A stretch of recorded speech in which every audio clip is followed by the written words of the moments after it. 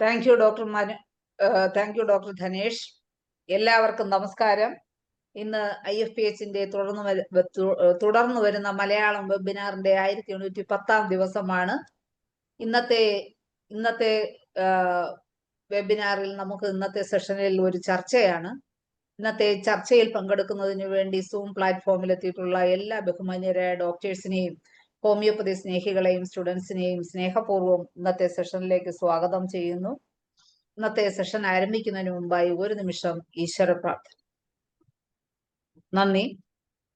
ഇന്നത്തെ ചർച്ചയുടെ വിഷയം ഹോമിയോപ്പതി രംഗത്തെ ഡോക്ടേഴ്സ് നേരിടുന്ന പ്രശ്നങ്ങളെ കുറിച്ചുള്ള ചർച്ചയാണ്, അല്ലെ പ്രാക്ടീഷണേഴ്സ് നേരിടുന്ന പ്രശ്നങ്ങളെ കുറിച്ചുള്ള ചർച്ചയാണ്. എന്തൊക്കെ പ്രശ്നങ്ങളാണ് ഹോമിയോപ്പതി രംഗത്ത് ഇന്ന് നിലകൊള്ളുന്നത് എന്നുള്ള വിഷയത്തിനെ കുറിച്ച് ചർച്ചയാണ്. ഇന്നത്തെ ചർച്ചയിൽ പ്രധാനമായും പങ്കെടുക്കുവാനായി എത്തിയിട്ടുള്ളത് ഡോക്ടർ ജോസ് ഐസക് സാറ്. അദ്ദേഹം ഗവൺമെന്റ് ഹോമിയോപ്പതി മെഡിക്കൽ കോളേജിൽ നിന്ന് വോളണ്ടറി റിട്ടയർമെന്റ് എടുത്ത ശേഷം ഇന്റർനാഷണൽ ഫാക്കൽറ്റി ആയിട്ട് വർക്ക് ചെയ്യുന്നു. കൂടാതെ തിരുവനന്തപുരത്ത് ഹോമിയോപ്പതിക്ക് വേണ്ടി പ്രത്യേക ഒരു സ്ഥാപനം നടത്തി വരികയും ചെയ്യുന്ന ഡോക്ടറാണ്.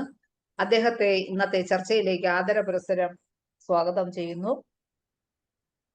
കൂടാതെ അടുത്തതായി നമുക്ക് സുപരിചിതയായി നമുക്ക് എപ്പോഴും ക്ലാസ് എടുക്കാൻ പല ക്ലാസ്സുകൾ എടുക്കുവാനായി എത്തിയിട്ടുള്ള ഡോക്ടർ പ്രീത ഉണ്ണിയാണ്.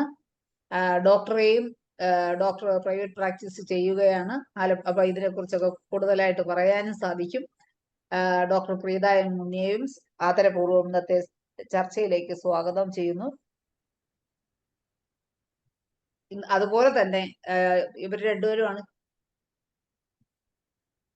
അൺമ്യൂട്ട് ചെയ്യാനുള്ള ഓപ്ഷൻ ഒന്ന് പോസ്റ്റ് ആരാണോ ഞാൻ ഇത് ചെയ്യാം സാറേ, നോക്കട്ടെ. കൂടാതെ ഇന്നത്തെ ഈ ചർച്ചയിൽ എല്ലാ ഡോക്ടേഴ്സും മറ്റ് പങ്കെടുക്കുന്ന ഓരോ വ്യക്തികളും സജീവമായി ചർച്ചയിൽ പങ്കെടുക്കണമെന്ന് റിക്വസ്റ്റ് ചെയ്തുകൊണ്ട് നമുക്ക് ഇന്നത്തെ ചർച്ചയിലേക്ക് കടക്കാം. ആദ്യമായി നമുക്ക് ഡോക്ടർ ജോസ് ഐസക് സാറിലേക്ക് പോകാം. Thank you doctor Shaila. നമ്മളിപ്പോൾ ഹോമിയോപ്പതി രംഗം ഫേസ് ചെയ്യുന്ന പ്രശ്നങ്ങൾ, അല്ലെങ്കിൽ അതിലെ ക്ലിനീഷ്യൻസ് ഡോക്ടേഴ്സ് ഫേസ് ചെയ്യുന്ന പ്രശ്നങ്ങളെ കുറിച്ച് പറയുമ്പോൾ ഇതിൻ്റെ ഒരു തുടക്കം മുതൽ പറയുമ്പോൾ നമുക്ക് കാണുന്ന പല കാര്യങ്ങളുണ്ട്. കുറേ എക്സ്റ്റേണൽ ഫാക്ടേഴ്സും കുറച്ചൊക്കെ ഇൻറ്റേർണൽ ഫാക്ടേഴ്സുമാണ്. അപ്പോൾ ഇതിൽ ഒരു സ്റ്റുഡൻറ്റ് കോളേജിൽ പഠിക്കുമ്പോൾ തന്നെ, അല്ലെങ്കിൽ പഠിച്ചിറങ്ങുമ്പോൾ BHMS 5 വർഷം പഠിച്ചിറങ്ങുമ്പോൾ ഒരു കോൺഫിഡൻസോട് കൂടി അല്ല ഇറങ്ങുന്നതെന്ന് പലപ്പോഴും ഈ വേദികളിലൊക്കെ പലരും പറയുന്നത് കേട്ടിട്ടുണ്ട്. ഇതിനകത്ത് പഠിക്കുന്നവരുടെയും പഠിപ്പിക്കുന്നവരുടെയും കുഴപ്പമുണ്ട് എന്നുള്ള അഭിപ്രായക്കാരാണ്. കാരണം പഠിക്കുന്ന കാലത്ത് മറ്റ് സബ്ജക്ട്സിന് കൂടുതൽ സമയം ചിലവഴിക്കുകയും അതേപോലെ തന്നെ ഹോമിയോപ്പതി അവിടെ ഒരു സെക്കൻഡറി സബ്ജക്റ്റായിട്ട് മാറുകയും ചെയ്യുന്നുണ്ടെന്നുള്ള ഒരു വസ്തുതയാണ്. അതിൻ്റെ ഒരു പരിണിത ഫലം എന്താണെന്ന് വെച്ചാൽ, ഇവർ പ്രാക്ടീസ് ചെയ്യാൻ വരുമ്പോൾ ഹോമിയോപ്പതിയിൽ ഒരു ഒരു ഒരു ഒരു പരീക്ഷ പാസ്സാകാനുള്ള നോളജ് ഉണ്ടായി എന്നുള്ളതല്ലാതെ അതിനപ്പുറത്തേക്ക് ഒരു ഡെപ്തിലേക്ക് കാര്യങ്ങൾ പോകുന്നില്ല. അപ്പോൾ അത് ഫ്രം ദ ഡേ വൺ ഒരു പ്രാക്ടീഷണർ ആകണം എന്നുള്ള ചിന്താഗതിയിലായിരിക്കണം സ്റ്റുഡൻസ് മുന്നോട്ട് വരേണ്ടതെന്നാണ് എനിക്ക് പറയാനുള്ളത്. മറ്റൊന്ന്, ഇതിനോടൊരു ഹോമിയോപ്പതി എന്ന് പറയുന്നത് ഒരു ആർട്ടാണ്. അതൊരു ക്രിയേറ്റിവിറ്റി വേണം, അതിൽ ഒരു ഫിലോസഫിക്കൽ മൈൻഡ് വേണം. ഇതെല്ലാമുള്ള നമ്മുടെ നാട്ടിൽ അങ്ങനെയല്ല വരുന്നത്. പലപ്പോഴും സ്റ്റുഡൻസ് വരുന്നത് പലപ്പോഴും കിട്ടിയ ഒരു മെഡിക്കൽ കോഴ്സിന് വരുന്നു, അല്ലെങ്കിൽ മറ്റെന്തെങ്കിലും കിട്ടാത്തത് കൊണ്ട് ഇത് കിട്ടിയപ്പോൾ ഇതിൽ കയറി. ഇത്തരത്തിലുള്ള ഒരു മൈൻഡ് സെറ്റോട് കൂടി വരുന്നതാണ് ഒരു പ്രശ്നം. അത് ചിലർ ആ മൈൻഡ് സെറ്റ് അവസാനം വരെ അതേ രീതിയിൽ തന്നെ നിൽക്കും. മറ്റു ചിലർ അത് നമ്മളൊരു ഫീൽഡിൽ വന്നാൽ ആ ഫീൽഡ് ഏതായിരുന്നാലും അതിൽ എക്സൽ ചെയ്യണം എന്നുള്ള ഒരു നിർബന്ധ ബുദ്ധിയോടുകൂടി നിൽക്കുന്ന ആൾക്കാരുമുണ്ട്. പിന്നെ ഇപ്പോഴൊക്കെ ഈ പ്രാക്ടീസിൽ അല്ലെങ്കിൽ ഒക്കെ ഉണ്ടാകുന്ന മാറ്റങ്ങൾ കാരണം ഉയർച്ച താഴ്ചകൾ എല്ലാ ഫീൽഡിലും ഉണ്ട്.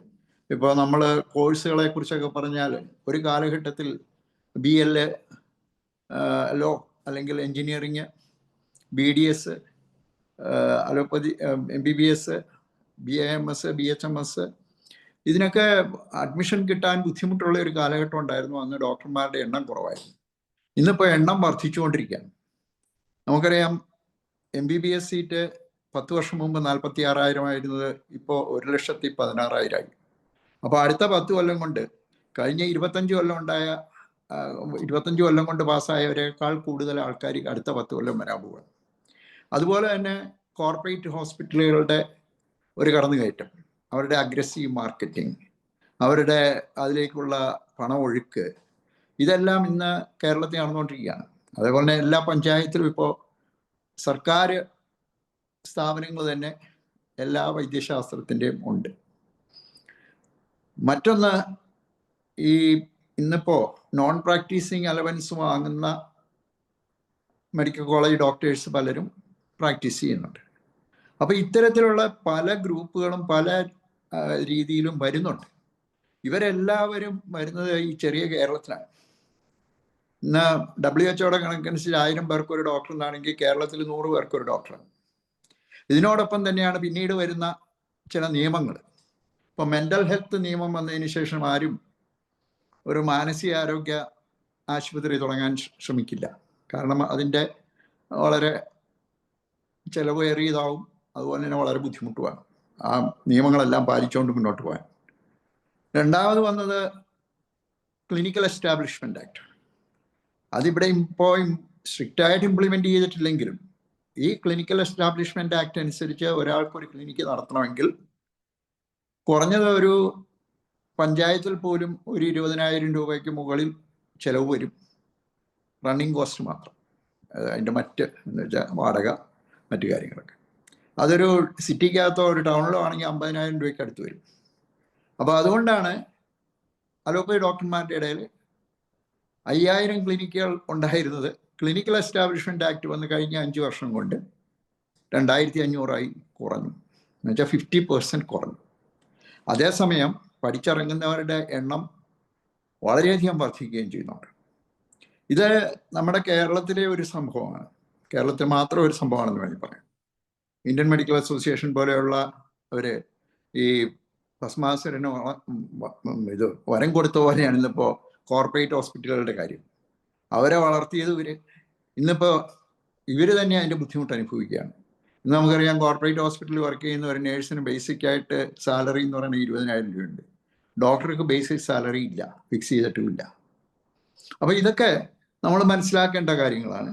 അതേപോലെ തന്നെ ഈ ലൈസൻസിങ് രാജ് വരുമ്പോൾ ഉള്ള പ്രശ്നങ്ങൾ ആർക്കും നമ്മളെപ്പോഴും ഇൻസ്പെക്ട് ചെയ്യാം. അപ്പോൾ ഈ പ്രശ്നങ്ങളെല്ലാം നമുക്ക് തരണം ചെയ്യണ്ട. അതേപോലെ തന്നെ ഇന്ന് ഈ ഡിസീസ് പാറ്റേൺ വളരെയധികം മാറിയിട്ടുണ്ട്. കാരണം ഓരോ 10 വർഷം കൂടുമ്പോഴും ഡിസീസ് പാറ്റേൺ മാറിക്കൊണ്ടിരിക്കുകയാണ്. കാരണം ഞാൻ എൻ്റെ ആദ്യ കാലഘട്ടത്തിൽ അല്ലെങ്കിൽ ഒരു 15 വർഷം മുമ്പ് വരെ ഹൈപ്പോതൈറോയിഡ് കേസസ് വളരെ ഇല്ലായിരുന്നു എന്ന് തന്നെ പറയാം. ഹൈപ്പർ തൈറോയിഡ് കേസാണ് ഞാൻ ട്രീറ്റ് ചെയ്തിരുന്നത്. അതേപോലെ തന്നെ പോളിസിസ്റ്റിക് ഓവറി. അപ്പോൾ ഇങ്ങനെയുള്ള ഡിസീസുകൾ പലതും പുതിയ ഇപ്പോൾ ഓട്ടോ ഇമ്മ്യൂൺ ഡിസോർഡേഴ്സ് ഒക്കെ വർദ്ധിച്ചുകൊണ്ടിരിക്കുകയാണ്. അപ്പോൾ ഇത്തരത്തിൽ ഡിസീസ് പാറ്റേൺ തന്നെ മാറിക്കൊണ്ടിരിക്കുകയാണ്. അത് ഒരു വലിയൊരു ആസ്പെക്റ്റ് ആയിട്ട് മാറിക്കൊണ്ടിരിക്കുന്ന ഒരു കാര്യമാണ്. അപ്പോൾ ഇത് നമുക്കുണ്ടാകുന്ന ചലഞ്ചസ്, നമുക്ക് വരുന്ന ഈ ചലഞ്ചസിനെ എങ്ങനെ ഓവർടേക്ക് ചെയ്യാം, അതിനുള്ള സൊല്യൂഷൻസ് എന്തൊക്കെയാണ് എന്നുള്ളതിനെ കുറിച്ചൊക്കെ നമ്മൾ ചിന്തിക്കേണ്ടിയിരിക്കുന്നു. ഇപ്പോൾ നമുക്കറിയാം, ഇനി ആർട്ടിഫിഷ്യൽ ഇൻ്റലിജൻസ് വരികയാണ്. ഈ ആർട്ടിഫിഷ്യൽ ഇൻ്റലിജൻസ് വരുമ്പോൾ ഒരുപക്ഷെ റേഡിയോ ഡയഗ്നോസിസ് ഒക്കെ മാറിക്കൊണ്ടിരിക്കും. കാരണം റേഡിയോ ഡയഗ്നോസിസിന് ഒരു ഡോക്ടറുടെ ആവശ്യമില്ലാത്ത, റേഡിയോളജിസ്റ്റുകളുടെ ആവശ്യമില്ലാത്ത ഒരു അവസ്ഥയിലേക്ക് പോയെന്നിരിക്കാം. അതേപോലെ തന്നെ ലാബുകൾ, ഈ ഇൻവെസ്റ്റിഗേഷൻസ് പലതും, പിന്നെ സർജറികൾ, റോബോട്ടിക് സർജറി, മറ്റു കാര്യങ്ങൾ വരുന്നു. അപ്പോൾ ഇതൊക്കെ വരുമ്പോൾ അത് പക്ഷേ ഹോമിയോപ്പതി രംഗത്തെ അധികം ബാധിക്കുമെന്ന് എനിക്ക് തോന്നുന്നില്ല. കാരണം നമ്മുടെ ഇൻഡിവിജ്വലൈസേഷൻ അത് ഒരു മനുഷ്യൻ്റെ ബുദ്ധിക്ക് മാത്രം വഴങ്ങുന്നതാണ്. ഒരു ആർട്ടിഫിഷ്യൽ ഇൻ്റലിജൻസ് കൊണ്ടൊന്നും മാറുമെന്ന് എനിക്ക് തോന്നുന്നില്ല. അതേപോലെ തന്നെ നമുക്കറിയാം, ഈ ഇൻഡിവിജ്വലൈസേഷനും മറ്റു കാര്യങ്ങളുമൊക്കെ നമ്മൾ ആ വ്യക്തിയെ മാത്രം ബേസ് ചെയ്യുന്ന ഒരു ഇൻഡിവിജ്വലൈസ്ഡ് മെഡിസിൻ എന്നുള്ള രീതിയിൽ വരുമ്പോൾ അതിനെ മാറ്റിമറിക്കാനൊന്നും അത്ര എളുപ്പമല്ല. അതുകൊണ്ട് ആർട്ടിഫിഷ്യൽ ഇൻ്റലിജൻസ് മറ്റ് പ്രത്യേകിച്ച് അലോപ്പതി വൈദ്യ മേഖലയിൽ വലിയ വ്യത്യാസങ്ങൾ അടുത്ത 10 വർഷത്തിനകം ഉണ്ടാക്കും. അതേ വ്യത്യാസം ഒരുപക്ഷെ ഹോമിയോപ്പതിയിൽ ഉണ്ടാവില്ല, അല്ലെങ്കിൽ വളരെ കുറവായിരിക്കും എന്നാണ്. അതൊരുപക്ഷെ നമ്മുടെ ഡോക്ടർമാർക്കൊക്കെ അഡ്വാൻറ്റേജസുമാണ്. പിന്നെ നമ്മൾ മനസ്സിലാക്കേണ്ട കാര്യം, ഏതൊരു വൈദ്യശാസ്ത്രത്തിനും അതിൻ്റേതായ പ്ലസ് ആൻഡ് മൈനസസ് ഉണ്ട്. നമുക്ക് മറ്റുള്ള വൈദ്യശാസ്ത്രങ്ങളെക്കാൾ മികച്ച രീതിയിൽ ചെയ്യാൻ പറ്റുന്ന ചില മേഖലകൾ കണ്ടെത്തി ആ മേഖലകളിൽ കൂടുതൽ കോൺസെൻട്രേറ്റ് ചെയ്യുക എന്നുള്ളതാണ് നമുക്ക് ചെയ്യാൻ പറ്റും. അത് ഇന്ന് ഇപ്പോൾ പല ആൾക്കാരും പറയാറുണ്ട്, പഴയ ഡോക്ടർമാർക്കൊന്നും പേഷ്യൻസിൻ്റെ കുറവോ അല്ലെങ്കിൽ ബുദ്ധിമുട്ട് ഇപ്പോൾ തോന്നുന്നില്ല, പുതിയ എൻട്രൻസിനാണ് ഇത് കൂടുതലും ബാധിച്ചിരിക്കുന്നത് എന്നൊക്കെ പറയുന്നുണ്ട്. അതിൻ്റെ ഒരു കാരണം പലപ്പോഴും ഈ ഫീൽഡിൽ 15-20 വർഷമായ ആൾക്കാരിൽ കൂടുതൽ ആൾക്കാരും ക്രോണിക് ഡിസീസാണ് ട്രീറ്റ് ചെയ്യുന്നത്. നമ്മൾ എന്താണ്, അല്ലെങ്കിൽ നമ്മൾ പ്രൊജക്റ്റ് ചെയ്യേണ്ട ഏരിയ നമ്മൾ അറിഞ്ഞിരിക്കണം. നമുക്കൊരു സ്പേസ് ഉണ്ട്. ഈ ഹെൽത്ത് സിനറിയോയിൽ ഹോമിയോപ്പതിയുടെ സ്പേസ് എന്താണ് എന്നുള്ളതിനെക്കുറിച്ച് വ്യക്തമായ ഒരു ധാരണ ഉണ്ടാകും. ഈ ധാരണ എന്ന് പറയുന്നത്, ഇന്നിപ്പോൾ നമുക്കറിയാം അക്യൂട്ട് ഡിസീസസ് പലതും മെഡിക്കൽ ഷോപ്പിൽ മരുന്ന് കഴിച്ചും ഗുളിക വാങ്ങിച്ചും ഒക്കെ കഴിച്ച ആൾക്കാർ മാറിപ്പോണ്ട്. അതും അല്ലെങ്കിൽ ഫ്രീ ആയിട്ട് ഗവൺമെൻറ് സെറ്റപ്പിൽ ഡിസ്പെൻസറീസ് ഉണ്ട്. ഇനി അതും കഴിഞ്ഞാൽ കോർപ്പറേറ്റ് ഹോസ്പിറ്റൽസ് ഉണ്ട്. അപ്പോൾ ഈ 3-4 തട്ടിലുള്ള ഒരു 3 ടയർ 4 ടയർ സിസ്റ്റം ഇന്ന് ഹെൽത്തിലുള്ളത് കൊണ്ട് അവിടെ എല്ലാം കഴിഞ്ഞിട്ടേ ഒരു ഹോമിയോപ്പതി ഡോക്ടറെ അടുത്തേക്ക് മരുന്നിനായിട്ട് വരുന്നുള്ളൂ. അപ്പോൾ അത് വരാൻ, അല്ലെങ്കിൽ സാറേ ഒന്ന് പറഞ്ഞോട്ടെ സാർ, 15 മിനിറ്റ് ആണ് ഫസ്റ്റ് റൗണ്ട്. 2 മിനിറ്റ്, 2 അല്ലെങ്കിൽ 3 മിനിറ്റ് കൂടെ. ഓക്കെ. അപ്പോൾ ഇത് നമ്മൾ നമ്മുടെ സ്പേസ് കണ്ടെത്തണം. ആ സ്പേസ് എന്ന് പറയുന്നത് ക്രോണിക് ഡിസീസ് ആണ്. ആ ക്രോണിക് ഡിസീസിൽ കൂടുതൽ കോൺസെൻട്രേറ്റ് ചെയ്യും, അതിൽ വൈദഗ്ധ്യം വർദ്ധിപ്പിക്കാനുമുള്ള ഒരു ശ്രമം എല്ലാവരുടെ ഭാഗത്തു നിന്നും ഉണ്ടാകണം. അതേപോലെ തന്നെ നമുക്ക് സംഭവിക്കുന്ന ഒരു കാര്യം, ഏത് വൈദ്യശാസ്ത്രത്തിൻ്റെ അതിനൊരു ഇമ്പാക്റ്റ് ഉണ്ടാക്കാൻ കഴിയുന്നത് ആ വൈദ്യശാസ്ത്രത്തിൻ്റെ കഴിവ്, പിന്നെ ഫാർമ കമ്പനീസ് അതിലേക്ക് ഒഴുക്കുന്ന പണം, പിന്നെ കോർപ്പറേറ്റ് ഹോസ്പിറ്റൽസ് ഒഴുക്കുന്ന പണം, മീഡിയ സപ്പോർട്ട്, ഗവൺമെൻറ് സപ്പോർട്ട്, ഇങ്ങനെയുള്ള കാര്യങ്ങൾ. ഇതിലിപ്പോൾ നമുക്ക് മീഡിയ സപ്പോർട്ടോ ഗവൺമെൻറ് സപ്പോർട്ടും അല്ലെങ്കിൽ കോർപ്പറേറ്റ് ഹോസ്പിറ്റൽ സപ്പോർട്ടോ അല്ലെങ്കിൽ ഫാർമ സപ്പോർട്ടോ ഒക്കെ വളരെ കുറവാണ്. അപ്പോൾ നമ്മുടെ ഡോക്ടേഴ്സ് തന്നെ പലപ്പോഴും, നമ്മുടെ അസോസിയേഷൻസ് ആണെങ്കിലും ഡോക്ടേഴ്സൊക്കെ ആണെങ്കിലും, ഈ മീഡിയയിൽ കൂടുതലായിട്ട് നമ്മുടെ വാർത്തകൾ വരാനും, നമുക്ക് എന്തിനെല്ലാം മരുന്നുണ്ട്, കാര്യം എന്താണെന്ന് വെച്ചാൽ പലപ്പോഴും രോഗികൾ വരുമ്പോൾ ചോദിക്കുന്നത് അതിന് മരുന്നുണ്ടോ ഇതിന് മരുന്നുണ്ടോ എന്ന് ഇപ്പോഴും ചോദിക്കുന്നുണ്ട്. അപ്പോൾ അത് നമ്മൾ ഏതെങ്കിലുമൊക്കെ രീതിയിൽ റിസർച്ച് പേപ്പേഴ്സൊക്കെ മീഡിയയിൽ പബ്ലിഷ് ചെയ്യുക, ഓൺലൈനിൽ കൺസൾട്ടേഷൻസ് നടത്തുക, ഇതിനുള്ള പ്രൊപ്പഗൻഡസ് നടത്തുക. ഇതിനെല്ലാം അപ്പുറത്ത് നമ്മുടെ ഏരിയ ഏതാണോ അത് ക്രോണിക് ഡിസീസാണ്. ആ ക്രോണിക് ഡിസീസ് ഹനുമാൻ പറഞ്ഞിരിക്കുന്ന രീതിയിൽ പ്രാക്ടീസ് ചെയ്യാനുള്ള ഒരു കഴിവുണ്ടാക്കിയെടുക്കുക എന്നുള്ളത്. ഞാൻ ഈയിടെ സ്വിറ്റ്സർലൻഡിൽ പോയിരുന്നു. അവിടെ ഗവൺമെൻറ് ഒരു റെഫറൻഡം നടത്തി, ഹോമിയോപ്പതി വേണോ വേണ്ടായോ. 66% ജനങ്ങളാണ് ഹോമിയോപ്പതി വേണമെന്ന് ആവശ്യപ്പെട്ടത്. അപ്പോൾ അത്രയ്ക്ക് ഒരു ഇമ്പാക്റ്റ് ഉണ്ടാക്കാൻ കഴിഞ്ഞു എന്നുള്ളത്. അതിലൊരാൾ നമ്മുടെ ഇന്ത്യക്കാരനായ ഒരു മൊഹിന്ദർ സിംഗ് ജസ് എന്ന് പറഞ്ഞൊരു ഡോക്ടർ, അദ്ദേഹം മരിച്ചുപോയി. പക്ഷെ അദ്ദേഹം ഒരു വലിയ സെൻറ്റർ അവിടെ ഉണ്ടാക്കി. ഇതൊക്കെ നമുക്കൊരു മോഡലാണ്, നമ്മളെ ഇൻസ്പയർ ചെയ്യുന്ന, അല്ലെങ്കിൽ നമ്മുടെ ഒരു ഐഡിയോളാണ്. അങ്ങനെയൊക്കെ മുന്നോട്ട് വരുന്ന വ്യക്തികൾ വന്നാലേ ആ വൈദ്യശാസ്ത്രത്തിനൊരു സ്ഥാനം ഉണ്ടാകും. അതാണ് നമ്മൾ ഉണ്ടാക്കിയെടുക്കാൻ ശ്രമിക്കുന്നത്. അപ്പോൾ നമ്മൾ ഏത് ഏരിയയിൽ നിൽക്കണമെന്നുള്ളത് നമ്മൾ തന്നെയാണ്. ഈ ചലഞ്ചസും എക്സ്പെക്റ്റേഷൻസും വർദ്ധിച്ചുകൊണ്ടിരിക്കും. ഇതൊന്നും നമുക്ക് ഇല്ലാതാക്കാൻ പറ്റില്ല. പക്ഷേ അതിനെ ഓവർകം ചെയ്യാനുള്ള നമ്മുടെ കപ്പാസിറ്റിയാണ് നമ്മളെ നിലനിർത്തുന്നത്. അതാണ് ഓരോ ഡോക്ടറും നിലനിർത്തുന്നത്. അതുകൊണ്ട് ഹോമിയോപ്പതി തന്നെ ഒരു ബുദ്ധിമുട്ടും ഇല്ലാതെ നല്ല രീതിയിൽ പ്രാക്ടീസ് ചെയ്യുന്ന ദിവസവും രോഗികൾ വർദ്ധിച്ചു വരുന്നവരുമുണ്ട്. ഇതിലേക്ക് എന്നെ പോലെയൊക്കെ ഉള്ളവർ ഒത്തിരി പൈസ മുടക്കുന്നുണ്ട്, ഇതിനകത്തേക്ക് ഇറങ്ങുന്നുണ്ട്. അപ്പോൾ മറ്റു വിദേശ രാജ്യങ്ങളിൽ ഇപ്പോൾ ആൻറ്റിബയോട്ടിക്സിനെതിരെ അല്ലെങ്കിൽ സർജറി ചെയ്യാൻ താല്പര്യമില്ലാത്തവർ, ഇവരെല്ലാം കാണുന്നത് ഹോമിയോപ്പതിയാണ്. അപ്പോൾ ഈ ഏരിയകളിലേക്ക് കോൺസെൻട്രേറ്റ് ചെയ്യണം എന്നുള്ളതാണ് എനിക്ക് പറയാനുള്ളത്. ഞാൻ കൂടുതൽ ദീർഘിപ്പിക്കുന്നില്ല, എൻ്റെ സമയം തീർന്നു എന്ന് തോന്നുന്നു. Thank you. ഓക്കെ സാറേ, ഇനി വീണ്ടും സാറിലേക്ക് വരുന്നതാണ്. അപ്പോൾ ഒരുപാട് വിലപ്പെട്ട കാര്യങ്ങളാണ് സാറ് പറഞ്ഞത്. അപ്പോൾ സാറ് പ്രധാനമായിട്ടും പറഞ്ഞത് കുട്ടികളുടെ കോൺഫിഡൻസ് കുറവിന് കാരണം കുട്ടികളുടെ ഭാഗത്തും പഠിപ്പിക്കുന്ന അധ്യാപകരുടെ ഭാഗത്തും ഒരു പരിധിവരെ രണ്ടുപേരുടെ ഭാഗത്തും അതിന്റെ പങ്കുണ്ട് എന്നാണ് സാറ് പറഞ്ഞത്. പിന്നെ പ്രാക്ടീസിന്റെ നേരിടുന്ന പ്രശ്നങ്ങളിൽ കൂടുതൽ കോർപ്പറേറ്റുകളുടെ കടന്നുകയറ്റം, ധാരാളം പണം ഇറക്കിയ ഹോസ്പിറ്റലുകൾ തുടങ്ങുന്നുണ്ട്. അതൊരു വെല്ലുവിളിയാണ്. ക്ലിനിക്കുകളുടെ എണ്ണം കൂടുന്നു. പിന്നെ ക്ലിനിക്കൽ എസ്റ്റാബ്ലിഷ്മെന്റ് ആക്ട് വന്നതോടുകൂടി ഒരു ഡിസ്പെൻസറി തുടങ്ങാനുള്ള ബുദ്ധിമുട്ട് കൂടുതലായിട്ട് വരുന്നു. പിന്നെ അതുപോലെ തന്നെ AI വരുന്നത് ഹോമിയോപ്പതിക്ക് വലിയൊരു പ്രശ്നമാവില്ലെന്നാണ് സാർ പറഞ്ഞത്. പിന്നെ ഹോമിയോപ്പതിയുടെ ഒരു സ്പേസ് എന്താണെന്ന് ഡോക്ടേഴ്സ് അറിയണം. കുട്ടികൾ തന്നെ നാളെ അവർ പ്രാക്ടീസ് ചെയ്യേണ്ടവരാണ് എന്ന് മനസ്സിലാക്കി തന്നെ ഇപ്പോഴേ പഠിച്ചു തുടങ്ങണം. ഇതൊക്കെയാണ്. അതുപോലെ തന്നെ ഹോമിയോപ്പതിയെ നിലനിർത്തണമെങ്കിൽ ഏറ്റവും പ്രധാനം രോഗികൾ തന്നെ അവർ ഡിമാൻഡ് ചെയ്യുക അവർക്ക് ഹോമിയോപ്പതി ചികിത്സ നിലനിൽക്കണമെന്നുള്ളത്. ഇതൊക്കെയാണ് സാറ് പ്രധാനമായിട്ടും പറഞ്ഞത്.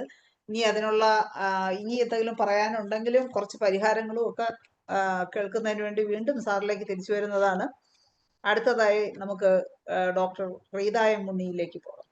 ഡോക്ടറെ സംസാരിച്ചു. അൺമ്യൂട്ട് ചെയ്യണേ.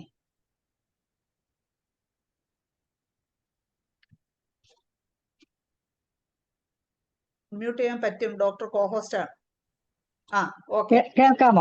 കേൾക്കാമോ? ഓക്കെ. ഇന്ന് IFPHന്റെ ഫ്ലോറിലുള്ള എല്ലാ ശ്രോതാക്കൾക്കും നമസ്കാരം. ഇന്ന് നമുക്കൊരു പ്രത്യേക സെലിബ്രേഷൻ നടക്കുന്ന ഡേ ആണ്. 79th ഇൻഡിപെൻഡൻസ് ഡേ നമ്മൾ ആഘോഷിക്കുകയാണ്. ഇന്ത്യ സ്വതന്ത്രയായിട്ട് 79 വർഷം കഴിഞ്ഞിരിക്കുന്നു. പക്ഷേ ഹോമിയോപ്പതി സ്വതന്ത്രമാണോ? നമ്മൾ ഓരോരുത്തരും, ഓരോ ഹോമിയോ ഡോക്ടേഴ്സും ഇത് ചിന്തിക്കേണ്ട ഒരു കാര്യമാണ്. സ്വാതന്ത്ര്യമായിട്ട് നമ്മുടെ കയ്യിൽ കിട്ടിയിട്ടുണ്ടോ? ഇല്ല. അതിന് എല്ലാവർക്കും മുമ്പിൽ നിൽക്കുന്ന ഒരു തെളിവുണ്ട്. 2019 എൻഡില് 2020, 21, 22 വരെ നമ്മൾ സഫർ ചെയ്ത ഒരു കാര്യമുണ്ടായിരുന്നു, കോവിഡ്. അതൊരു ചെസ്റ്റ് ഫീവർ ആയിരുന്നു. ചെസ്റ്റ് കോൾഡ് എന്ന് നമ്മൾ പറയും. ആ ചെസ്റ്റ് കോൾഡ് നിസ്സാരമായിട്ട് ഇത്ര ദിവസം കൊണ്ട് ട്രീറ്റ് ചെയ്ത് ഒരു കോംപ്ലിക്കേഷനും ഇല്ലാതെ മാറ്റാൻ സാധിക്കുന്ന ഒരു സംഭവം. ഇന്ന് അത് ഹോമിയോപ്പതി നല്ല രീതിയിൽ ആ സമയത്ത് വർക്ക് ചെയ്തിരുന്നെങ്കിൽ, അത് ഞാൻ കൂടുതൽ വർക്ക് ചെയ്യുന്നെന്ന് പറയുന്നത്, ഇന്നും ഗവൺമെന്റിന്റെ പക്ഷത്ത് നിന്ന് എന്തെങ്കിലും അവകാശം നമുക്ക് വാങ്ങിക്കണമെന്നുണ്ടെങ്കിൽ, ഇനി വാങ്ങിക്കണമെന്നുണ്ടെങ്കിൽ തന്നെ ഗവൺമെന്റ് ഡോക്ടേഴ്സ് പറയണം. പ്രൈവറ്റ് ആയിട്ടുള്ള ആൾക്കാർ ഒരുപാട് ട്രയൽസ് നടത്തി, ഒരുപാട് തെളിവുകൾ ഇതെല്ലാം തന്നെ ഗവൺമെന്റിന്റെ മുമ്പിൽ കൊടുത്തിട്ടും അതൊരു തെളിവുകളായിട്ട് എടുക്കാനായിട്ട് അവർക്ക് സന്നദ്ധത അവർക്കില്ല. അപ്പൊ എന്തുകൊണ്ടാണ് അന്നത്തെ സമയത്ത് ഗവൺമെന്റ് ഹോമിയോപ്പതി ഹോസ്പിറ്റൽ പോലും അലോപ്പതിക്കാർക്ക് വിട്ടുകൊടുത്തിട്ട് അവിടെ അലോപ്പതി ട്രീറ്റ്മെന്റ് നടത്തി കോവിഡിന്? അപ്പൊ അന്നേ എതിർക്കേണ്ടതായിരുന്നു. എതിർത്ത് അത് നല്ല രീതിയിൽ ഹോമിയോപ്പതി ട്രീറ്റ്മെന്റ് മാത്രമാണ് ചെയ്തിരുന്നെങ്കിൽ, ഈവൻ ഒരു എക്സാമ്പിൾ ആണ് ചൈനയിൽ നടന്നത്. ചൈനയിൽ അവർ ഹെർബൽ മെഡിസിൻസ് ആണ് അവർ കൊടുത്തത്. അതുകൊണ്ട് ഫസ്റ്റ് ആരംഭിച്ചതും ചൈനയിലെ, കോവിഡ് അവസാനം പെട്ടെന്ന് നിലച്ചതും ചൈനയിലായിരുന്നു. അതുപോലെ തന്നെ നമുക്കിത് ഹോമിയോപ്പതിയിൽ ചെയ്തു കൊടുക്കാൻ സാധിക്കുമായിരുന്നു. അതിനുവേണ്ടി അത് ഞാൻ കൂടുതലും പറയുന്നത് ഗവൺമെന്റ് ഡോക്ടേഴ്സിനെയാണ്. അവരത് ഗവൺമെന്റിനോട് പറയണമായിരുന്നു, ഞങ്ങൾക്കിത് ട്രീറ്റ് ചെയ്ത് നിസ്സാരമായിട്ട് മാറ്റാവുന്ന ഒരു കാര്യമേ ഉള്ളൂ. ഇന്നത് മുഴുവനായിട്ടും, കാരണം നമ്പർ 1 എന്നുള്ള രീതിയിൽ ഈ ഒരു ഹോമിയോപ്പതിക് മെഡിക്കൽ സിസ്റ്റം മുമ്പോട്ട് പോയേനെ. അത് നമ്മുടെ കയ്യിൽ നിന്ന് പോയി. തെളിവ് കൊടുക്കാൻ നല്ല പറ്റിയൊരു അവസരമായിരുന്നു. ഞാനത് പറയുന്നത് കൂടുതലും ഗവൺമെന്റിന്റെ ഭാഗത്ത് ധരിപ്പിക്കുകയും അവർക്ക് അവയർനെസ് കൂടുതൽ കൊടുക്കുകയും ചെയ്യണമെങ്കിൽ അത് ഇന്ന് ഗവൺമെന്റിൽ ജോലി ചെയ്യുന്ന ഡോക്ടേഴ്സിനാണ് വളരെ ഈസി ആയിട്ട് അത് സാധിക്കുന്നത്. അവർ മുമ്പോട്ട് വരണം. ഒരുപാട് കാര്യങ്ങൾ ഹോമിയോപ്പതിക്ക് വേണ്ടി അവർ ചെയ്യണം. ഹോമിയോപ്പതി പ്രൊമോഷന് വേണ്ടി ഗവൺമെന്റ് ഡോക്ടേഴ്സ് അവർ വിചാരിക്കുന്ന 1-ാം തീയതി ആകുമ്പോൾ അവർക്കുള്ളത് കൈ കിട്ടുന്നുണ്ട്, പിന്നെ ഇതിന് മാത്രം എന്താണ് പ്രൊമോട്ട് ചെയ്യാനുള്ളതെന്നായിരിക്കാം. അത് പാടില്ല. ഞാന് ജോസ് സാർ ഇപ്പൊ പറഞ്ഞു ഒരുപാട് കാര്യങ്ങള്, പല പോയിന്റ്സും അദ്ദേഹം പറഞ്ഞു കഴിഞ്ഞു. പക്ഷെ വളരെ ചുരുക്കത്തിൽ ഞാനൊന്ന് പറഞ്ഞോട്ടെ. നമ്മള് ഇതൊക്കെ ഗവൺമെന്റ് മുമ്പിൽ പല കാര്യങ്ങൾ സമർപ്പിക്കാം, അത് നമുക്ക് സാധിച്ചെടുക്കാനായിട്ട് ട്രൈ ചെയ്യാം. ഇങ്ങനൊക്കെ ഉണ്ടെങ്കിലും ഓരോ ഇൻഡിവിജ്വലും, നമ്മളൊരു ഗ്രൂപ്പ് ഓഫ് പീപ്പിളാണ് നിൽക്കുന്നതെങ്കിൽ അതിലെ ഓരോരുത്തരും ഉയരുക. അപ്പൊ ആ ഗ്രൂപ്പ് ഉയരും, അപ്പൊ ആ സിസ്റ്റം ഓഫ് മെഡിസിൻ തന്നെ ഉയരും. ഓരോ ഡോക്ടേഴ്സും കാണേണ്ട കാര്യങ്ങള്, ഇന്ന് അതിൻ്റെ ഇടയ്ക്ക് ഒരു കാര്യമുള്ളത്, ഇപ്പൊ വളരെ വർഷങ്ങളായിട്ട് ഞാൻ പഠിക്കുന്ന കാലത്ത് മുതലേ ഈ ഹോമിയോപ്പതിക് സിസ്റ്റത്തില് ആൺകുട്ടികൾ പോകാൻ മടിക്കുന്ന ഇന്നത്തെ കാലത്ത് ആരും തന്നെ ഇല്ല എന്ന് പറയാം. എന്തുകൊണ്ടാണ് ആൺകുട്ടികൾ അതിലേക്ക് പോകാൻ മടിക്കുന്നത്? ഇന്ന് തന്നെ ഓരോ കാര്യങ്ങളും മെഡിക്കൽ ബില്ല് വന്നു, ക്ലിനിക്കൽ എസ്റ്റാബ്ലിഷ്മെന്റ് ബില്ല് വന്നു. ഇതിന്റെയൊക്കെ കാര്യത്തിന് മുൻനിരയിൽ നിന്ന് കാര്യങ്ങൾ അവതരിപ്പിക്കാനും അത് ഗവൺമെന്റിനെ ധരിപ്പിക്കാനും സമരങ്ങൾ നടത്താനും ഇതിനെല്ലാം മുന്നിട്ടിറങ്ങിയത് ഞാൻ കണ്ടത് ജെൻസ് ഡോക്ടേഴ്സ് ആയിരുന്നു. അതും സീനിയർ ജെൻസ് ഡോക്ടേഴ്സ്. ലേഡീസ് വളരെ സപ്പോർട്ടീവായിട്ട് നിന്നെന്ന് മാത്രമേ ഉള്ളൂ. അപ്പൊ ഇനിയും കാര്യങ്ങൾ നേടിയെടുക്കണമെങ്കിൽ ആൺകുട്ടികൾ തന്നെ, അതായത് ബോയ്സ് ഇതിനകത്ത് കൂടുതൽ പഠിക്കാൻ തയ്യാറാകുകയും ഹോമിയോപ്പതി പ്രചരിപ്പിക്കാൻ തയ്യാറാകുകയും ഒക്കെ വേണം. അതെന്തുകൊണ്ടാണ് ഇവർ പുറകോട്ട് പോകുന്നതെന്ന് എന്റെ കാഴ്ചപ്പാടിൽ നോക്കിയിട്ട് ഇനഫ് മണി അതിൽ നിന്ന് ഉണ്ടാക്കാൻ സാധിക്കാതെ, കാരണം അവർക്ക് ഒരു കുടുംബം കൂടെ പോറ്റേണ്ട ആൾക്കാരാണ്. അതിന്റെ കുറവ് കൊണ്ടും ആണ്. അത് വളരെ ഇമ്പോർട്ടന്റ്, 80% അത് തന്നെയാണ് ആൺകുട്ടികൾ ഇത് പഠിക്കാനായിട്ട് തയ്യാറാകാത്തത്.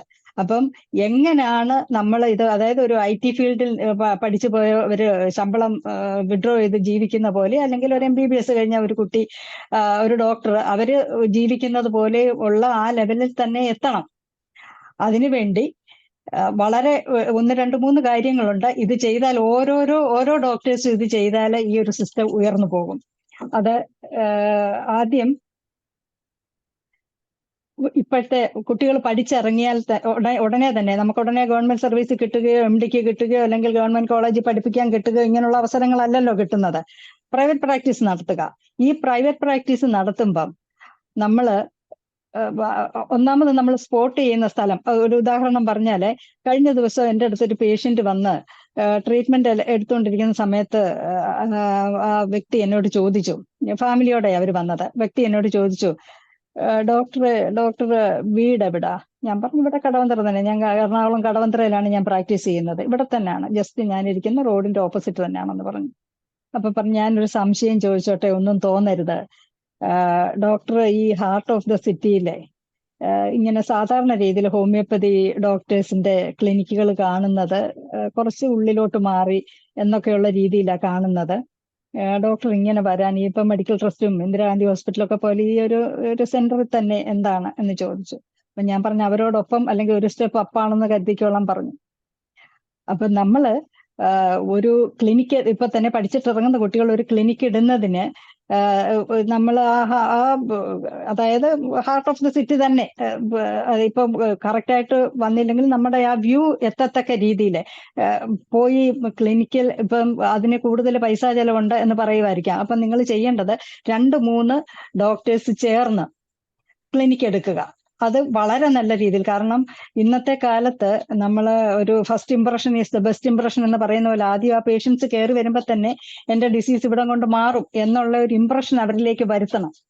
അപ്പൊ അതിനുവേണ്ടി ആ ക്ലിനിക്ക് വളരെ നല്ല രീതിയിൽ മാക്സിമം മോഡിഫൈ ചെയ്ത് അതിൻ്റെ അകത്തെ സൗകര്യങ്ങളെല്ലാം, അതിപ്പം ഇത് ക്ലിനിക്കൽ എസ്റ്റാബ്ലിഷ്മെന്റ് ബില്ലിനകത്ത് പറയുന്നുണ്ട് എന്തെല്ലാം കാര്യങ്ങളാണ് അവിടെ വേണ്ടത്.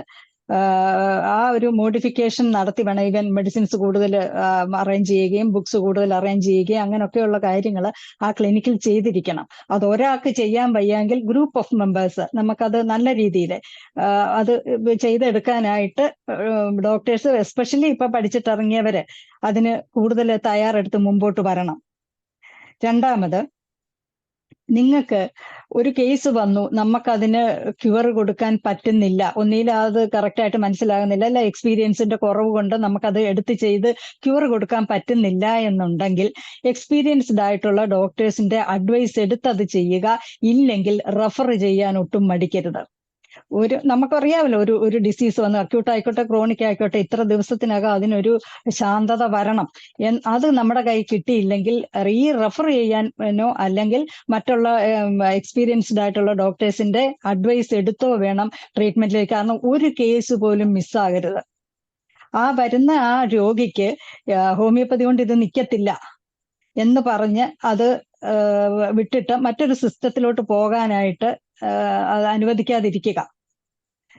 കഴിഞ്ഞ ദിവസം എൻ്റെ അടുത്ത് വന്ന ഒരു ഒരു പേഷ്യന്റ് അകത്ത് കയറി വന്നു കഴിഞ്ഞപ്പോഴാണ് എന്നോട് ചോദിച്ചത്, അയ്യോ ഡോക്ടർ, ഇത് ഡോക്ടർ ഹോമിയോ ഡോക്ടർ ആണോ എന്ന് ചോദിച്ചു. ഞാൻ പറഞ്ഞു, താഴെ നിങ്ങൾ ബോർഡ് കണ്ടില്ലേ, കാണാതാണോ വന്നതെന്ന് ചോദിച്ചപ്പം അത് ഇവന് ഹോമിയോപ്പതി കൊടുത്തിട്ട് വളരെ അഗ്രവേറ്റ് ചെയ്ത് പോയിട്ട് പിന്നെ അലോപ്പതി പോയി, അലോപ്പതിയിലും ഇപ്പൊ കുറവില്ലാതെ വന്നപ്പം വേറൊരു അലോപ്പതി ഡോക്ടറിനെ ഒന്ന് കാണാം എന്നുള്ള ഉദ്ദേശത്തിലായിരുന്നത്. ഇവിടെ വന്നപ്പോഴാണ് ഡോക്ടർ ഹോമിയോ ഡോക്ടറാണെന്ന് മനസ്സിലാക്കുന്നത്. ഞാൻ പറഞ്ഞു, ഒരു കാര്യം ഒരു 3-4 ഡേയ്സ് ഒന്ന് ട്രൈ ചെയ്ത് നോക്കാം. അറ്റോപിക് ഡെർമറ്റൈറ്റിസ് ആണ്. വളരെ ഡിഫിക്കൽട്ടായിട്ട് നമുക്ക് ക്യൂർ ചെയ്ത് കൊടുക്കാൻ വളരെ താമസിക്കുന്ന ഒരു ഡിസീസാണ് അത്. വന്നിപ്പം ഒരു 6-7 ഡേയ്സേ ആയിട്ടുള്ളൂ. സാറ്റിസ്ഫൈഡ് ആണ്, അവന്റെ രോഗം കുറഞ്ഞു തുടങ്ങി.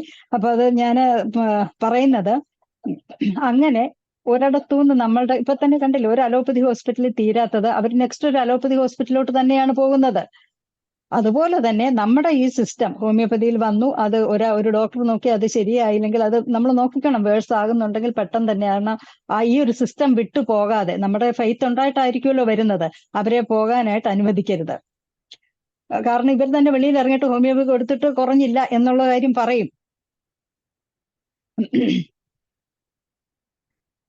അതുപോലെ ഞാൻ നേരത്തെ പറഞ്ഞു, ആൺകുട്ടികൾ കൂടുതലും ഇതിൻ്റെ അകത്തോട്ട് വരാൻ മടിക്കുന്നത്. നിങ്ങൾ ഫീസ് വാങ്ങുന്നത് കറക്റ്റ് നമുക്കറിയാമല്ലോ, റീസണബിൾ ആയിട്ട് ഓരോ കേസസിനും, അക്യൂട്ട് ആണെങ്കിലും ക്രോണിക് ആണെങ്കിലും അതിന് നമ്മൾ വാങ്ങിക്കുന്ന ഫീസ് നമ്മൾ വർത്തായിരിക്കണം നമുക്ക്.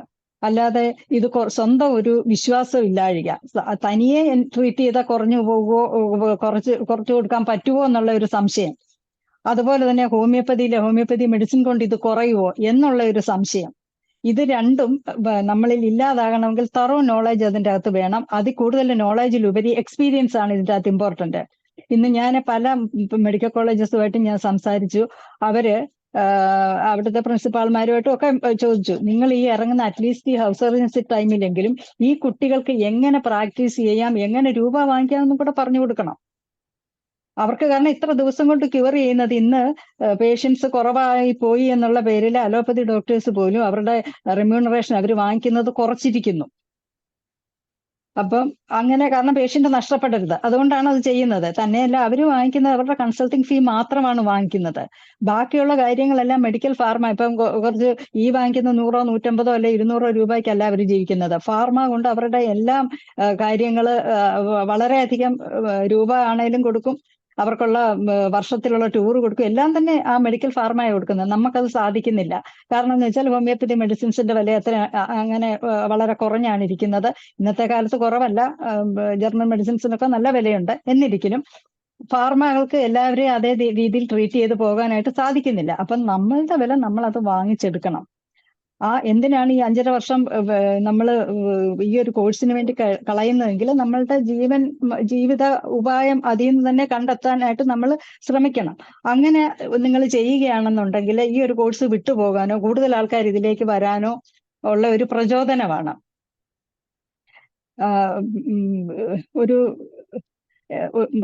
ഒരു ഡോക്ടറിനെ കുറിച്ച് ഒരു മെഡിക്കൽ റെപ്പ് വന്ന് പറഞ്ഞതാണ് എന്നോട്. ഒരു അക്യൂട്ട് കേസ്, അതായത് ഒരു ഫീവറിന് പേറ്റന്റ് ഉൾപ്പെടെ കൊടുത്തിട്ട് അയാൾ അത് പുറത്തിരുന്ന് കേൾക്കുകയാണ്. മെഡിസിൻസ്, സിംഗിൾ ഡോസ്, പേറ്റന്റ്, ഇതെല്ലാം കൂടെ കൊടുത്തിട്ട് ആകെപ്പാടെ ഈ പേഷ്യന്റിന്റെ കയ്യിൽ നിന്ന് വാങ്ങിച്ച 150 രൂപയാ. അപ്പൊ ഇയാൾ അകത്ത് വന്നപ്പോ ചോദിച്ചു, ഡോക്ടറെ ആ പേറ്റന്റും ഇതുമെല്ലാം മെഡിസിന്റെ വില തന്നെ പോകുന്നല്ലോ 150-ന് മേലെ. അപ്പൊ അത് ഫീവർ അല്ലേ, 3-4 ദിവസം കൊണ്ട് കുറയുമോ എന്നുള്ള സംശയം കൊണ്ടാണ്. അപ്പൊ ആ ഒരു സംശയം നമുക്ക് വരരുത്. അത് നമ്മുടെ നോളജ്, പഠിക്കുന്ന സമയത്തെ നോളജ് കൊണ്ടും എക്സ്പീരിയൻസ് കൊണ്ടും. ഇനി അങ്ങനെ ബുദ്ധിമുട്ടാണെന്നുണ്ടെങ്കിൽ ആദ്യത്തെ 3-4 വർഷം എക്സ്പീരിയൻസ്ഡ് ആയിട്ടുള്ള ഡോക്ടേഴ്സിന്റെ കൂട്ടത്തിൽ ചെന്ന് നിന്ന് അവരുടെ കേസ് സ്റ്റഡി നടത്തുകയും ഏത് രീതിയിലാണ് പ്രാക്ടീസ് ചെയ്യുന്നതെന്ന് മനസ്സിലാക്കിയ രീതിയിൽ ഇരിക്കുക. അപ്പൊ ആ കോൺഫിഡൻസ് വളരെ കൂടുതലായിട്ടുണ്ടാകും. നമുക്ക് ഫെയ്ത്ത് ഉണ്ട്, ഇന്ന ഡിസീസ് ഇത്ര സമയം കൊണ്ട്, ഇത്ര ദിവസം കൊണ്ട് അത് മാറിപ്പോകും എന്നുള്ള ആ ഫെയ്ത്തിൽ തന്നെ ട്രീറ്റ് ചെയ്യുക. അപ്പം നമുക്ക് നമ്മളുടെ ആ റീസണബിൾ ആയിട്ടുള്ള എമൗണ്ട് നമുക്ക് വാങ്ങിക്കാനും സാധിക്കും. അതുപോലെ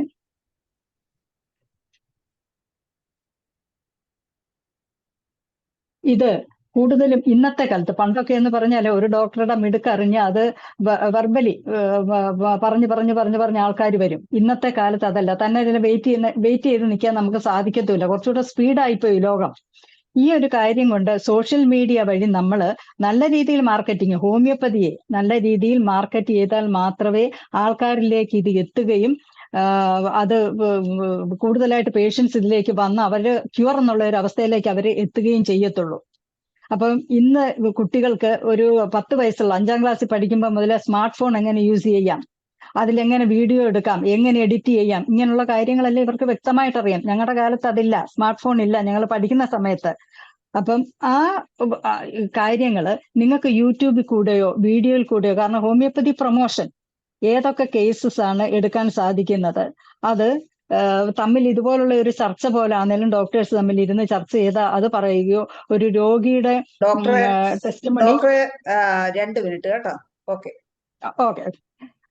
എടുക്കുകയോ ചെയ്ത് അത് സോഷ്യൽ മീഡിയയിലേക്ക് പ്രചരിപ്പിച്ചു കഴിഞ്ഞാൽ മാത്രമേ ഇതിന്റെ പോസിബിലിറ്റീസ് ഇതൊക്കെ പബ്ലിക്കിന് മനസ്സിലാക്കിയിട്ട് വരാൻ സാധിക്കത്തുള്ളൂ.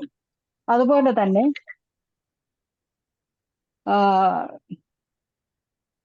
പേഷ്യൻസിന് വരുന്ന കേസ് നിങ്ങൾ അവയർനെസ് കൊടുത്തിരിക്കണം. ഇന്ന ഡിസീസിനെ കുറിച്ചുള്ള അവയർനെസ്, മെഡിസിനെ കുറിച്ചുള്ള അവയർനെസ്, അതായത് മെഡിസിന്റെ പേരും പൊട്ടൻസിയും ഒന്നും നമ്മൾ പറഞ്ഞു കൊടുക്കുകയല്ല. ഇന്ന ഡിസീസിന് ഇത്ര ട്രീറ്റ്മെന്റ്, ഇത്ര സമയത്തെ ട്രീറ്റ്മെന്റ് കൊണ്ടേ അത് മാറത്തുള്ളൂ. വളരെ പെട്ടെന്ന് മാറുന്ന, നമുക്കറിയാം സിംഗിൾ ഡോസ് കൊണ്ട് തന്നെ നമുക്ക് ക്യൂർ കൊടുക്കാൻ സാധിക്കുന്നതാണ് ഹോമിയോപ്പതി എന്ന് പറയുന്നത്.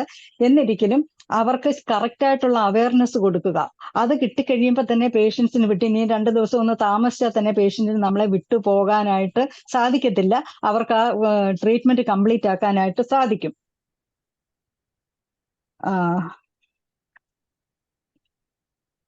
അതുപോലെ ഒരു ക്ലിനിക്ക് നിങ്ങൾ പുതിയതായിട്ട് തുടങ്ങിയാൽ വളരെ പങ്ക്ച്വലായിരിക്കണം. പ്രത്യേകിച്ച് ഇപ്പൊ ഞാൻ പറഞ്ഞല്ലോ, ലേഡി ഡോക്ടേഴ്സ് ആണ് ഒരുപാടുള്ളത്. പലരും വീടിന്റെ തന്നെ റൂംസ് ക്ലിനിക്കായിട്ട് കൺവെർട്ട് ചെയ്തിരിക്കുന്ന ഡോക്ടേഴ്സ് ഉണ്ട്. ഇവർ ആ ക്ലിനിക്കൽ ടൈം നമ്മൾ വെച്ചെടുത്ത് വളരെ പങ്ക്ച്വലായിരിക്കണം. ആ സമയത്ത് നമ്മൾ അവിടെ ചെയറിലുണ്ടാകണം. അതുപോലെ തന്നെ വീടാണ് എന്ന് കരുതിയല്ല, ആസ് എ ഡോക്ടർ ഇങ്ങനെയാണ് ഒരു ഡോക്ടർ ഡ്രസ് ചെയ്തിരിക്കുന്ന ആറ്റിറ്റ്യൂഡ്, അതിനകത്തൊക്കെ ഇന്നത്തെ കാലത്ത് വളരെ വിലയാ ഉള്ളത്. നമ്മൾ ആ ക്യൂർ കൊടുക്കുന്ന കൂട്ടത്തിൽ തന്നെ ഇതെല്ലാം തന്നെ ബാധകമാണ്. അത് ആ ടൈമിംഗ് കീപ്പ് ചെയ്യുക. ആ സമയത്ത് പലരും ഉണ്ട് അടുക്കള ജോലി ഇതും കൂടെ ഒരുമിച്ച് കൊണ്ട്, ഒരിക്കലും അങ്ങനെ ചെയ്യരുത്.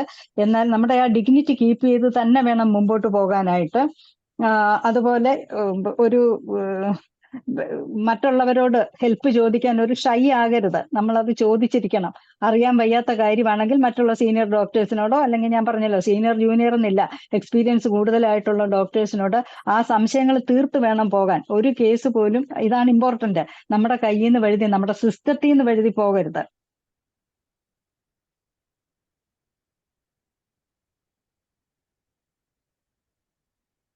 അതുപോലെ ഏകദേശം സമയം കഴിഞ്ഞു ഡോക്ടറെ. അടുത്ത റൗണ്ട് ഡോക്ടറിലേക്ക് വീണ്ടും വരാം. അപ്പോഴും നമുക്ക് ബാക്കി കാര്യങ്ങളൂടെ പറയാം. ഓക്കെ, അപ്പൊ ഡോക്ടറും ഒത്തിരി കാര്യങ്ങൾ പറഞ്ഞു. പ്രാക്ടീസിൽ എന്താണ് മെച്ചപ്പെടുത്തേണ്ട കാര്യങ്ങൾ കൂടുതലായി പറഞ്ഞു. കൂടാതെ ഇന്ന് സ്വാതന്ത്ര്യദിനം ആഘോഷിക്കുന്ന ദിവസത്തിൽ ഹോമിയോപ്പതി ഡോക്ടർമാർക്ക് സ്വാതന്ത്ര്യം ഉണ്ടോ എന്നാണ് ഡോക്ടർ ചോദിച്ചത്. പ്രധാനമായിട്ടും എനിക്ക് തോന്നുന്നു മറ്റേ ഇപ്പൊ മെഡിക്കൽ ബില്ലൊക്കെ വന്നതിന് ശേഷം നമ്മൾ സ്വാതന്ത്ര്യത്തെ കുറച്ച് കടന്നുകയറ്റം ആകുന്നുണ്ട്. അതാണോ ഉദ്ദേശിക്കുന്നത്? അതാണെന്ന് എനിക്ക് തോന്നുന്നു. കൂടാതെ കോവിഡ് സമയത്ത് കോവിഡിന്റെ ട്രീറ്റ്മെന്റും പ്രതിരോധവും എല്ലാം ഗവൺമെന്റിന് ബോധ്യപ്പെടുത്താൻ ഗവൺമെന്റ് ഡോക്ടേഴ്സിന് കഴിഞ്ഞില്ല എന്നാണ് ഡോക്ടർ പറഞ്ഞത്. അതിന് ഗവൺമെന്റ് ഡോക്ടർക്ക് അടുത്തിരിപ്പുണ്ട്. ഡോക്ടർ അത് വ്യക്തമാക്കും എന്താണ് കഴിയാതെ പോയതെന്ന്. മനോജ് ഡോക്ടർ ശ്രദ്ധിക്കുന്നുണ്ടാവുമെന്ന് വിചാരിക്കുന്നു. കൂടാതെ പിന്നെ ഹോമിയോപ്പതി മേഖലയിലേക്ക് ഇപ്പോൾ ആൺകുട്ടികളുടെ വരവ് വളരെ കുറഞ്ഞിരിക്കുന്നു. അവകാശങ്ങൾ നേടിയെടുക്കാനും സമരം ചെയ്യാനും ഒക്കെ ആൺകുട്ടികൾ ഉണ്ടായാലേ അത് നടക്കൂ എന്ന് ഡോക്ടർ സൂചിപ്പിച്ചു. പിന്നെ ഡിസ്പെൻസറികൾ ഒരു സ്റ്റാൻഡേർഡ് ആയിട്ടുള്ള രീതിയിൽ തന്നെ തുടങ്ങണം, അല്ലെങ്കിൽ അത് പ്രാക്ടീസിനെ ബാധിക്കും എന്നുള്ളത് പറഞ്ഞു. കൂടാതെ അടുത്തു വരുന്ന കേസുകളിൽ സംശയമുണ്ടെങ്കിൽ സീനിയർ ഡോക്ടേഴ്സിനോട് ചോദിക്കുകയോ, ഇല്ലെങ്കിൽ ആ പേഷ്യന്റ് നഷ്ടപ്പെടാതെ അടുത്ത സീനിയർ ഡോക്ടർക്ക് റെഫർ ചെയ്യുകയോ ചെയ്യണം. അലോപ്പതി പോകാതെ നോക്കണം എന്നുള്ളത് സൂചിപ്പിച്ചു. പിന്നെ പേയ്മെന്റ് എന്താണ് ആൺകുട്ടികൾ വരാത്തതിന്റെ കാരണം ഈ ട്രീറ്റ്മെന്റ് രംഗത്തു നിന്ന് അവർക്ക് കിട്ടുന്ന തുക, അല്ലെങ്കിൽ ആ പേയ്മെന്റ് വളരെ കുറയുന്നു, അവരുടെ വരുമാനം കുറയുന്നു എന്ന്. അതൊരു കാര്യമാവാം. എനിക്ക് തോന്നുന്നത് വരുമാനം കുറയുന്നതുകൊണ്ട് മാത്രമല്ല, അവർ കൂടുതൽ പ്രതീക്ഷിക്കുന്നു.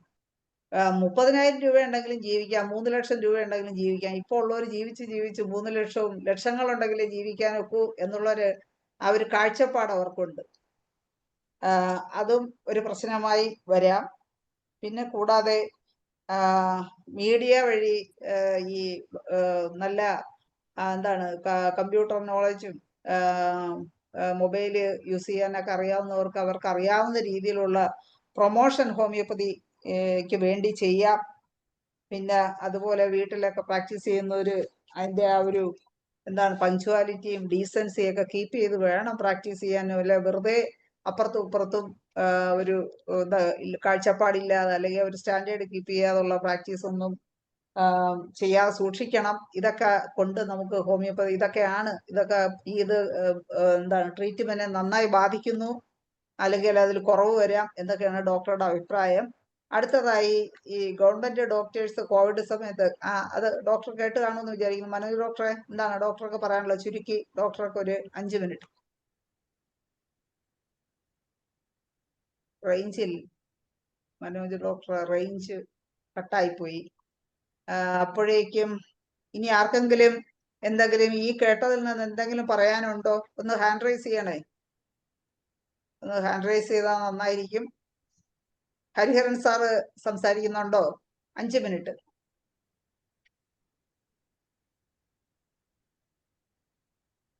അൺമ്യൂട്ട് ചെയ്ത് സംസാരിക്കാം. അൺമ്യൂട്ട് ചെയ്ത ഡോക്ടറെ അൺമ്യൂട്ട് ചെയ്യാം. 5 മിനിറ്റ് ആണേ. 5 മിനിറ്റേ ഉള്ളോ? 5 മിനിറ്റേ ഉള്ളു. ഇനി വീണ്ടും ഗസ്റ്റിലേക്ക് അവരിലേക്ക് തിരിച്ചു പോകണം. അവര് കൺക്ലൂഡ് ചെയ്തില്ല. ആയിക്കോട്ടെ, അതിലെ ഇവര് പറഞ്ഞതെല്ലാം ഞാൻ പറയേണ്ട കാര്യമില്ലല്ലോ. പക്ഷെ എനിക്ക് പറയാൻ അത്യാവശ്യമുള്ള കാര്യം, ഒന്ന്, നമ്മുടെ ഹോമിയോപ്പതി ഡിസ്പെൻസറി പലതും ഇൻസഫിഷ്യന്റ് ആണ്. ഇൻസഫിഷ്യന്റ് എന്ന് പറഞ്ഞാൽ അതിന്റെ അർത്ഥം എന്താന്ന് വെച്ചാൽ, നമ്മുടെ നമ്മൾ ചെയ്യുന്ന ഏരിയ കുറച്ചുകൂടെ ഒന്ന് വികസിപ്പിക്കും. അത് എങ്ങനെയാന്ന് വെച്ച് കഴിഞ്ഞാല്, ഒരു ഹോമിയോപ്പതി ഡോക്ടർ തീർച്ചയായിട്ടും ഒരു ഫിസിയോതെറപ്പിയും കൂടെ അറിഞ്ഞിരിക്കണം. അതുപോലെ തന്നെ ഒരു ഹോമിയോപ്പതി ഡോക്ടർ ഒരു ഈ ഓഡിയോളജിയുടെ പ്രാഥമികമായിട്ടുള്ള കാര്യം അറിഞ്ഞിരിക്കണം. അതുപോലെ തന്നെ സ്പീച്ച് തെറപ്പിയുടെ പ്രാഥമികമായ കാര്യം അറിഞ്ഞിരിക്കണം. അതുപോലെ തന്നെ സർജിക്കൽ ഇത് അതിനുള്ള അറിവ് സമ്പാദിച്ചാൽ മാത്രം പോരാ, ഇതെല്ലാം ചെയ്യണം. അതുപോലെ തന്നെ ഡിസ്പെൻസറിയില് ഒരുമാതിരി ഒറ്റ ഡിസ്പെൻസറിയില് ഈ കർട്ടനും വലിച്ചു കെട്ടി, അതും വലിച്ചു കെട്ടി, ഇതും വലിച്ചു കെട്ടി, അവിടെ ഒരുമാതിരി കുടിസ് മുറിക്കാതിരിക്കുന്ന സ്വഭാവമേ മാറ്റണം. അന്തസ്സായ രീതിയിൽ ഒരു കൺസൾട്ടിങ് റൂമും, ആ കൺസൾട്ടിങ് റൂമിൽ ഈ ഒരു വ്യൂയിങ് ബോക്സും, എക്സ്റേ നോക്കാനുള്ള വ്യൂയിങ് ബോക്സും, ഒരു വെയിങ് മെഷീനും, ഇതെല്ലാം ഉണ്ടാവും. ഇതൊന്നും സാധാരണഗതിയിൽ ഹോമിയോപ്പതി ഡോക്ടർമാരുടെ ഡിസ്പെൻസറി കാണാറില്ല. അതാ ഞാൻ പറഞ്ഞത്, ഉണ്ടാവണം. അതുപോലെ തന്നെ ഒരു അസിസ്റ്റന്റ് തീർച്ചയായിട്ടും ഉണ്ടായിരിക്കണം. അല്ലാതെ രാവിലെ ഡോക്ടർ വന്ന് ഡിസ്പെൻസറി തൂത്തുവാരുന്ന ഇടപാട് ചെയ്യരുത്. അതൊക്കെ ഒരു അസിസ്റ്റന്റ് ചെയ്ത് വൃത്തിയായിട്ട് നമ്മളെ ചെല്ലുമ്പം നമ്മുടെ കസേരയും മറ്റും തുടച്ച് ഒക്കെയുള്ള അതിനവസ്ഥയുണ്ട്. അതുപോലെ തന്നെ പേഷ്യൻസിന് ഇരിക്കാനുള്ള കംഫർട്ടബിൾ ആയിട്ടുള്ള സീറ്റിംഗ്, ആ കംഫർട്ടബിൾ ആയിട്ടുള്ള സീറ്റിങ്ങിന്റെ അവിടെ ഒന്നില്ലെങ്കിൽ ആ ടീപ്പോയിൽ 1-2 ഫ്രഷ് ആയിട്ടുള്ള ഈ പേപ്പറുകളോ മറ്റു കാര്യങ്ങളോ എല്ലാം ഇട്ടിരിക്കണം. അവരത് നോക്കിയിരിക്കും ചില ആൾക്കാര്. അപ്പം നമ്മുടെ ഡിസ്പെൻസറി ഒന്ന് വികസിപ്പിക്കണം. അത് അങ്ങനെ വികസിപ്പിച്ചാലുള്ള ഗുണം എന്താ വെച്ചാൽ, ഇപ്പൊ തന്നെ സ്പോണ്ടിലോസിസ് ആയിട്ട് വന്നു. ആ എക്സർസൈസ് എന്താന്ന് വെച്ചാൽ നമ്മൾ അറിയണം. അതുപോലെ തന്നെ ഈ ഇതുണ്ടല്ലോ, നമ്മുടെ വെർട്ടിഗോ, പൊസിഷണൽ വെർട്ടിഗോ ഞാൻ ഇവിടെ ചെയ്യുന്നുണ്ട്. പൊസിഷണൽ വെർട്ടിഗോ എങ്ങനെയാണ് അത് കറക്റ്റ് ചെയ്യുന്നത്? അത് നമുക്ക് അലോപ്പതിക്കാരെക്കാട്ടിലും കൂടുതൽ മെച്ചമായിട്ട് നമുക്ക് ചെയ്യാം. കാര്യം എന്താ, നമുക്ക് പൊസിഷണൽ വെർട്ടിഗോയുടെ ആ എല്ലാ പോസ്റ്ററിലുള്ള മെഡിസിൻസ് ഉണ്ട് നമുക്ക്. അപ്പം അത് ചെയ്യണം. പിന്നെ ഫിസിയോതെറപ്പിയിൽ ഞാൻ പറഞ്ഞ പോലെ നമുക്ക് അതിൻ്റെ എക്സർസൈസ് അവർക്ക് പറഞ്ഞു കൊടുക്കണം. ഇതൊക്കെ നമ്മൾ ചെയ്യേണ്ട കാര്യങ്ങളാണ്. പിന്നെ ബാക്കി കാര്യങ്ങളൊക്കെ ജോസ് ഐസക് സാറും പറഞ്ഞു. എൻ്റെ ഇപ്പോഴും ഒരു ഇന്റേണി ഉണ്ട്. ഇന്റേണി മീൻസ് ഇന്റേൺഷിപ്പ് കഴിഞ്ഞിട്ട് ഒരു ജൂനിയർ ഡോക്ടറിൻ്റെ ഉണ്ട്. ആ ജൂനിയർ ഡോക്ടറുടെ വെച്ചോണ്ട് ഞാൻ പറയുന്നു, തീരെ കോൺഫിഡൻസ് ഇല്ല, ഒട്ടും കോൺഫിഡൻസ് ഇല്ല. എന്നിട്ട് ഞാൻ അവരുടെ ഒക്കെ തന്നെ ചോദിച്ചു, എന്താണ് ഈ കോൺഫിഡൻസ് ഇല്ലായ്മയുടെ കാര്യം? അത് ജോസ് ഐസക് സാർ പറഞ്ഞതാ അതിന്റെ കാര്യം. എന്താന്ന് വെച്ചാൽ, ഈ ടീച്ചേഴ്സിന് ഇവരെ പഠിപ്പിക്കുന്ന ടീച്ചേഴ്സിന് തന്നെ കോൺഫിഡൻസ് ഇല്ല. പിന്നെ എങ്ങനെ കുട്ടികൾക്ക് കോൺഫിഡൻസ് വരും? അതുപോലെ തന്നെ ആ കുട്ടി പറഞ്ഞത് കേട്ടിട്ട് എനിക്ക് അതിശയം തോന്നും. അതായത് ഈ ആർട്ടറി ഫോഴ്സപ്സ് പോലും തുരുമ്പ് പിടിച്ചും ഫോഴ്സപ്സും ഒക്കെ തുരുമ്പ് പിടിച്ച കുറെ എണ്ണം അവിടെ ഉള്ളത്. അതൊന്നും ആരും ഉപയോഗിക്കാറില്ല. കോട്ടൺ, ശരിക്കുള്ള സ്റ്റെറിലൈസ്ഡ് കോട്ടൺ ഇല്ല.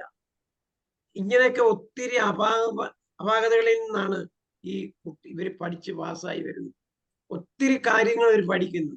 പക്ഷെ അലൈഡായിട്ട് നമുക്ക് ഹോമിയോപ്പതി ഡോക്ടർക്ക് വേണ്ടതായിട്ടുള്ള കാര്യങ്ങളൊന്നും പഠിക്കാം. ഒരു ആബ്സസ് കീറാൻ പോലും ഒരു ഹോമിയോ ഡോക്ടർക്ക് അറിയാൻ മേല. അതെങ്ങനെയൊക്കെ ഹീൽ ചെയ്യിക്കണം എന്നറിയാൻ മേല. ഇങ്ങനെയൊക്കെയുള്ള ഇത് ഈ നാട്ടുമ്പുറത്തൊക്കെ പ്രാക്ടീസ് ചെയ്യണമെന്നുണ്ടെങ്കിൽ ഇതെല്ലാം അറിഞ്ഞിരിക്കണം. അതിന് നമ്മൾ ഹോമിയോപ്പതി ഡോക്ടർമാരെ എക്വിപ്പ് ചെയ്യണം. അത് കോളേജിൽ നിന്നാണ് എക്വിപ്പ് ചെയ്യേണ്ടത്. ഇപ്പൊ ഞങ്ങളുടെയൊക്കെ ഡിസ്പെൻസറി വന്നാൽ നമ്മൾ പറഞ്ഞു കൊടുക്കും. പക്ഷേ ഇതിന്റെയൊക്കെ അപാകത നമ്മളെ ഡോക്ടർമാരിലുണ്ട്. പിന്നെ ഈ ജോസഫ് സാർ പറഞ്ഞ കണക്ക് ഒത്തിരി കാര്യങ്ങളുണ്ട്. ഇപ്പം ഒരു വീട്ടിൽ ചെന്ന് കഴിഞ്ഞാൽ അവിടെ ഒരു പനി ഉണ്ടെങ്കിൽ ആശാവർക്കർ ചെന്ന് പറയും ഈ പനി സൂക്ഷിക്കണം, ഇത് H1N1 ആണ്, ചടവെന്ന് പിന്നെ പ്രൈമറി ഹെൽത്ത് സെന്ററിലേക്ക് കൊണ്ടുപോകാൻ പറയും. ആ സ്ഥിതിവിശേഷം അതിഭയങ്കരമായി. അതുകൊണ്ട് സാറേ അതാണ് ഇവര് പറഞ്ഞത്. മറ്റേ നമ്മളെ ഗസ്റ്റുകൾ രണ്ടുപേരും പറഞ്ഞു, കാരണം ഗവൺമെന്റ് സപ്പോർട്ട് കുറവാണ്. ഗവൺമെന്റ് സപ്പോർട്ട് കുറവാണെന്ന് പറഞ്ഞാൽ അതൊക്കെ നമ്മൾ അങ്ങനെ നടക്കത്തുള്ളൂ, അങ്ങനെ നടക്കാൻ പോകുന്നുള്ളൂ. ഇല്ലേ, നമുക്ക് ആശാവർക്കർമാരെ വെക്കാൻ പറ്റത്തില്ല. അപ്പൊ നമ്മൾ അതിന്റെ മേലെ ചാടിക്കയറിയിട്ട് ഒരു ഹോമിയോപ്പതി ഡിസ്പെൻസറി ചെന്നാൽ ഇതൊക്കെ എല്ലാ സൗകര്യവും. ഒരു വെയിറ്റ് നോക്കിക്കഴിഞ്ഞാൽ ഡോക്ടറൊക്കെ ചോദിക്കുക, ഡോക്ടറെ ഇത് ആനുപാതികമാണോ എന്ന് ചോദിച്ചാൽ ഒരു സാധാരണ രീതിയിൽ ഹോമിയോ ഡോക്ടർമാർക്ക് അറിയാൻ മേല, അറിയാൻ മേല. അതുകൊണ്ട് ഒരു ഫുൾ ഫ്ലെഡ്ജഡ് ഹോമിയോപ്പതി ഡിസ്പെൻസറി ആണോ, അവിടെ പേഷ്യൻസ് വരും, അവർക്ക് കിട്ടാനുള്ളത് അവിടെ നിന്ന് കിട്ടും. ഓക്കെ സാറേ, അപ്പൊ സാറിന്റെ അഭിപ്രായത്തിൽ നമ്മുടെ സ്ഥാപനങ്ങളെല്ലാം വളരെ നല്ല അട്രാക്റ്റീവ് ആയിട്ടും നല്ല എക്യുപ്ഡ് ആയിട്ടും വേണം തുടങ്ങാൻ, അല്ലെ അങ്ങനെ ആയിരിക്കണം എന്നാണ് സാറ് പ്രധാനമായിട്ടും പറയുന്നത്, അല്ലേ? അതെ അതെ അതെ അതെ. ഓക്കെ, അടുത്തത് നമുക്ക് മനോജ് ഡോക്ടറിലേക്ക് പോവാം. മനോജ് ഡോക്ടറെ. ഡോക്ടറെ, അപ്പൊ ഇതിൽ ഈ അഭിപ്രായം കേട്ടപ്പോൾ എനിക്ക് ഒരു കാര്യം വളരെ വ്യക്തമായിട്ട് മനസ്സിലായത് ഒരു ഗ്യാപ്പ് ഉണ്ടെന്നുള്ളതാണ്. Communication gap. ഒരു 10, 20, 25 വർഷം മുമ്പുള്ള ഒരു ആസ്പെക്റ്റിൽ നിന്നാണ് പലപ്പോഴും കുറെ പേര് ഹൗസ് അറസ്റ്റ് ചെയ്യുന്ന സമയത്തുള്ള അനുഭവങ്ങള്, കുറെ പേര് ജോലി ചെയ്യുന്ന സമയത്തുള്ള അനുഭവങ്ങള്. യഥാർത്ഥ IFPHന്റെ പ്രോഗ്രാമുകൾ പലതും ശ്രദ്ധിച്ചിരുന്നെങ്കിൽ ആ അഭിപ്രായം ഉണ്ടാവില്ല എന്നുള്ളത് തന്നെയാണ്. ഇപ്പൊ കഴിഞ്ഞ ദിവസം ഡോക്ടർ ബിന്ദു പുൽപ്പറമ്പിൽ അവർ വന്ന് പാലിയേറ്റീവ് കെയറിന് സംസാരിച്ചിരുന്നു. അപ്പൊ അതുപോലെ തന്നെ നമ്മുടെ Bindu BR doctor neuro development centre സംസാരിച്ചു. Vinu Krishnan doctor cancer care centre. ഇതൊക്കെ ഡെവലപ്പ് ചെയ്യുന്നുണ്ടല്ലോ. ഇതെങ്ങനെയാ ഉണ്ടായത്? പണ്ടുണ്ടായതല്ല, പുതിയതായിട്ട് ഉണ്ടായത് തന്നെയാണ്. അങ്ങനെ ഉണ്ടായി. എഡ്യൂക്കേഷൻ കൂടിയല്ലോ, തീർച്ചയായിട്ടും മാറ്റങ്ങളുണ്ട്. പിന്നെ അതുപോലെ തന്നെ വേറെ വെച്ചാൽ ഈ എല്ലാ കാര്യങ്ങളും നമ്മൾ ചെയ്യേണ്ട ആവശ്യമില്ലല്ലോ. എല്ലാം കൂടെ നമുക്കും ചെയ്യാവുന്നൊരു ധാരണ ആരും വെച്ച് പുറത്തായിരിക്കണം നല്ലത്. നിങ്ങൾ അവിടെ കൊണ്ടുപോകൂ, ഫിസിയോതെറാപ്പിസ്റ്റ് അടുത്ത് കൊണ്ടുപോകൂ, നിങ്ങൾ പറയൂ, അത്രേ ഉള്ളൂ. ഒരു സ്റ്റുഡന്റ് ക്ലാസ് പറയുമ്പോൾ scope homeopathy, limitation field homeopathy, നമ്മൾ അതിനെക്കുറിച്ച് കൂടുതൽ കോൺഷ്യസ് ആവണം. ഇതിനൊക്കെ ഉപരിയായിട്ട് കാര്യമുള്ളത് മെയിൻ പ്രോബ്ലം എന്ന് പറഞ്ഞാൽ ഇറ്റ് ഈസ് നോട്ട് പോപ്പുലർ. അത് തന്നെയാണ് കാര്യം. എന്തുകൊണ്ടല്ല എന്നുള്ളത് ചോദിച്ചു കഴിഞ്ഞാൽ എവിടെയാണ് വീഴ്ച വന്നത്? ഒരു 10, 25, 30 വർഷം മുമ്പ് നോക്കിക്കഴിഞ്ഞാൽ കൂടെ ഉള്ളവർക്ക് ഞാൻ ചിന്തിക്കുന്നില്ല. ഓരോരുത്തരും അവരവരുടെ പ്രാക്ടീസിനെ കുറിച്ച് മാത്രം ചിന്തിച്ച് മുമ്പോട്ട് ഉയർന്നു. കോളേജുകളിൽ വിദ്യാർത്ഥികൾ പഠിച്ചിറക്കുന്ന സമയത്ത് PSC ടെസ്റ്റ് നടക്കാറില്ലായിരുന്നു. എനിക്ക് 12 വർഷം പോയ ഒരാളാണ്. കാരണം കോഴ്സ് ലാഗ് ചെയ്ത് പോയി. 12 വർഷമാണ് പോയത്. അപ്പൊ ഇങ്ങനെയൊക്കെ ഉള്ള വീഴ്ചകൾ നമ്മൾ മുൻഗാമികൾ ചെയ്ത് കൂട്ടിയിട്ടുണ്ട്, പിൻഗാമികൾ. അപ്പൊ അത് ഇനിയെങ്കിലും ഉണ്ടായിരിക്കണം IFPH ശ്രമിക്കുന്നത്. അതിനാണ് നമ്മൾ വിദ്യാർത്ഥികൾക്ക് പറയാനുള്ളത്, പേഷ്യൻസ് പറയാനുള്ളത് വെക്കുന്നത്. പിന്നെ നമ്മുടെ പ്രിയ ഡോക്ടർ പറഞ്ഞൊരു കാര്യം, അതായത് വിദ്യാർത്ഥികളുടെ എണ്ണം കുറവ്. അതിന് പ്രധാന കാര്യം എന്ന് വെച്ച് കഴിഞ്ഞാൽ ഇപ്പൊ എഞ്ചിനീയറിംഗ് കോഴ്സുകളും പല കോഴ്സുകളും 3 വർഷം 4 വർഷമേ ഉള്ളൂ. അപ്പൊ നമുക്ക് ചെയ്യാൻ പറ്റുന്ന കാര്യം to reinstate the diploma courses. പഴയ പോലെ ഓരോരുത്തർക്കും ഓരോ മിനിമം അവന് ജീവിക്കാനുള്ള ഒരു സ്പേസ് ഉണ്ടാക്കി കൊടുത്തിട്ട് ഫ്രണ്ടിലോട്ട് പോകാം. ഇപ്പൊ അങ്ങനല്ല. 5.5 വർഷം എന്ന് പറയുമ്പോഴത്തെ എത്ര കുട്ടികൾ തയ്യാറാവും? പിന്നെ അത് മാത്രമല്ല, പഠിച്ചിറങ്ങുന്നതിന്റെ അവസ്ഥ എന്താണ്? അത് ജോസ് ഐസക് സാർ പറഞ്ഞ പോലെ ഭാവിയിൽ എല്ലാം ശരിയാവും. കാരണം എന്താണ്?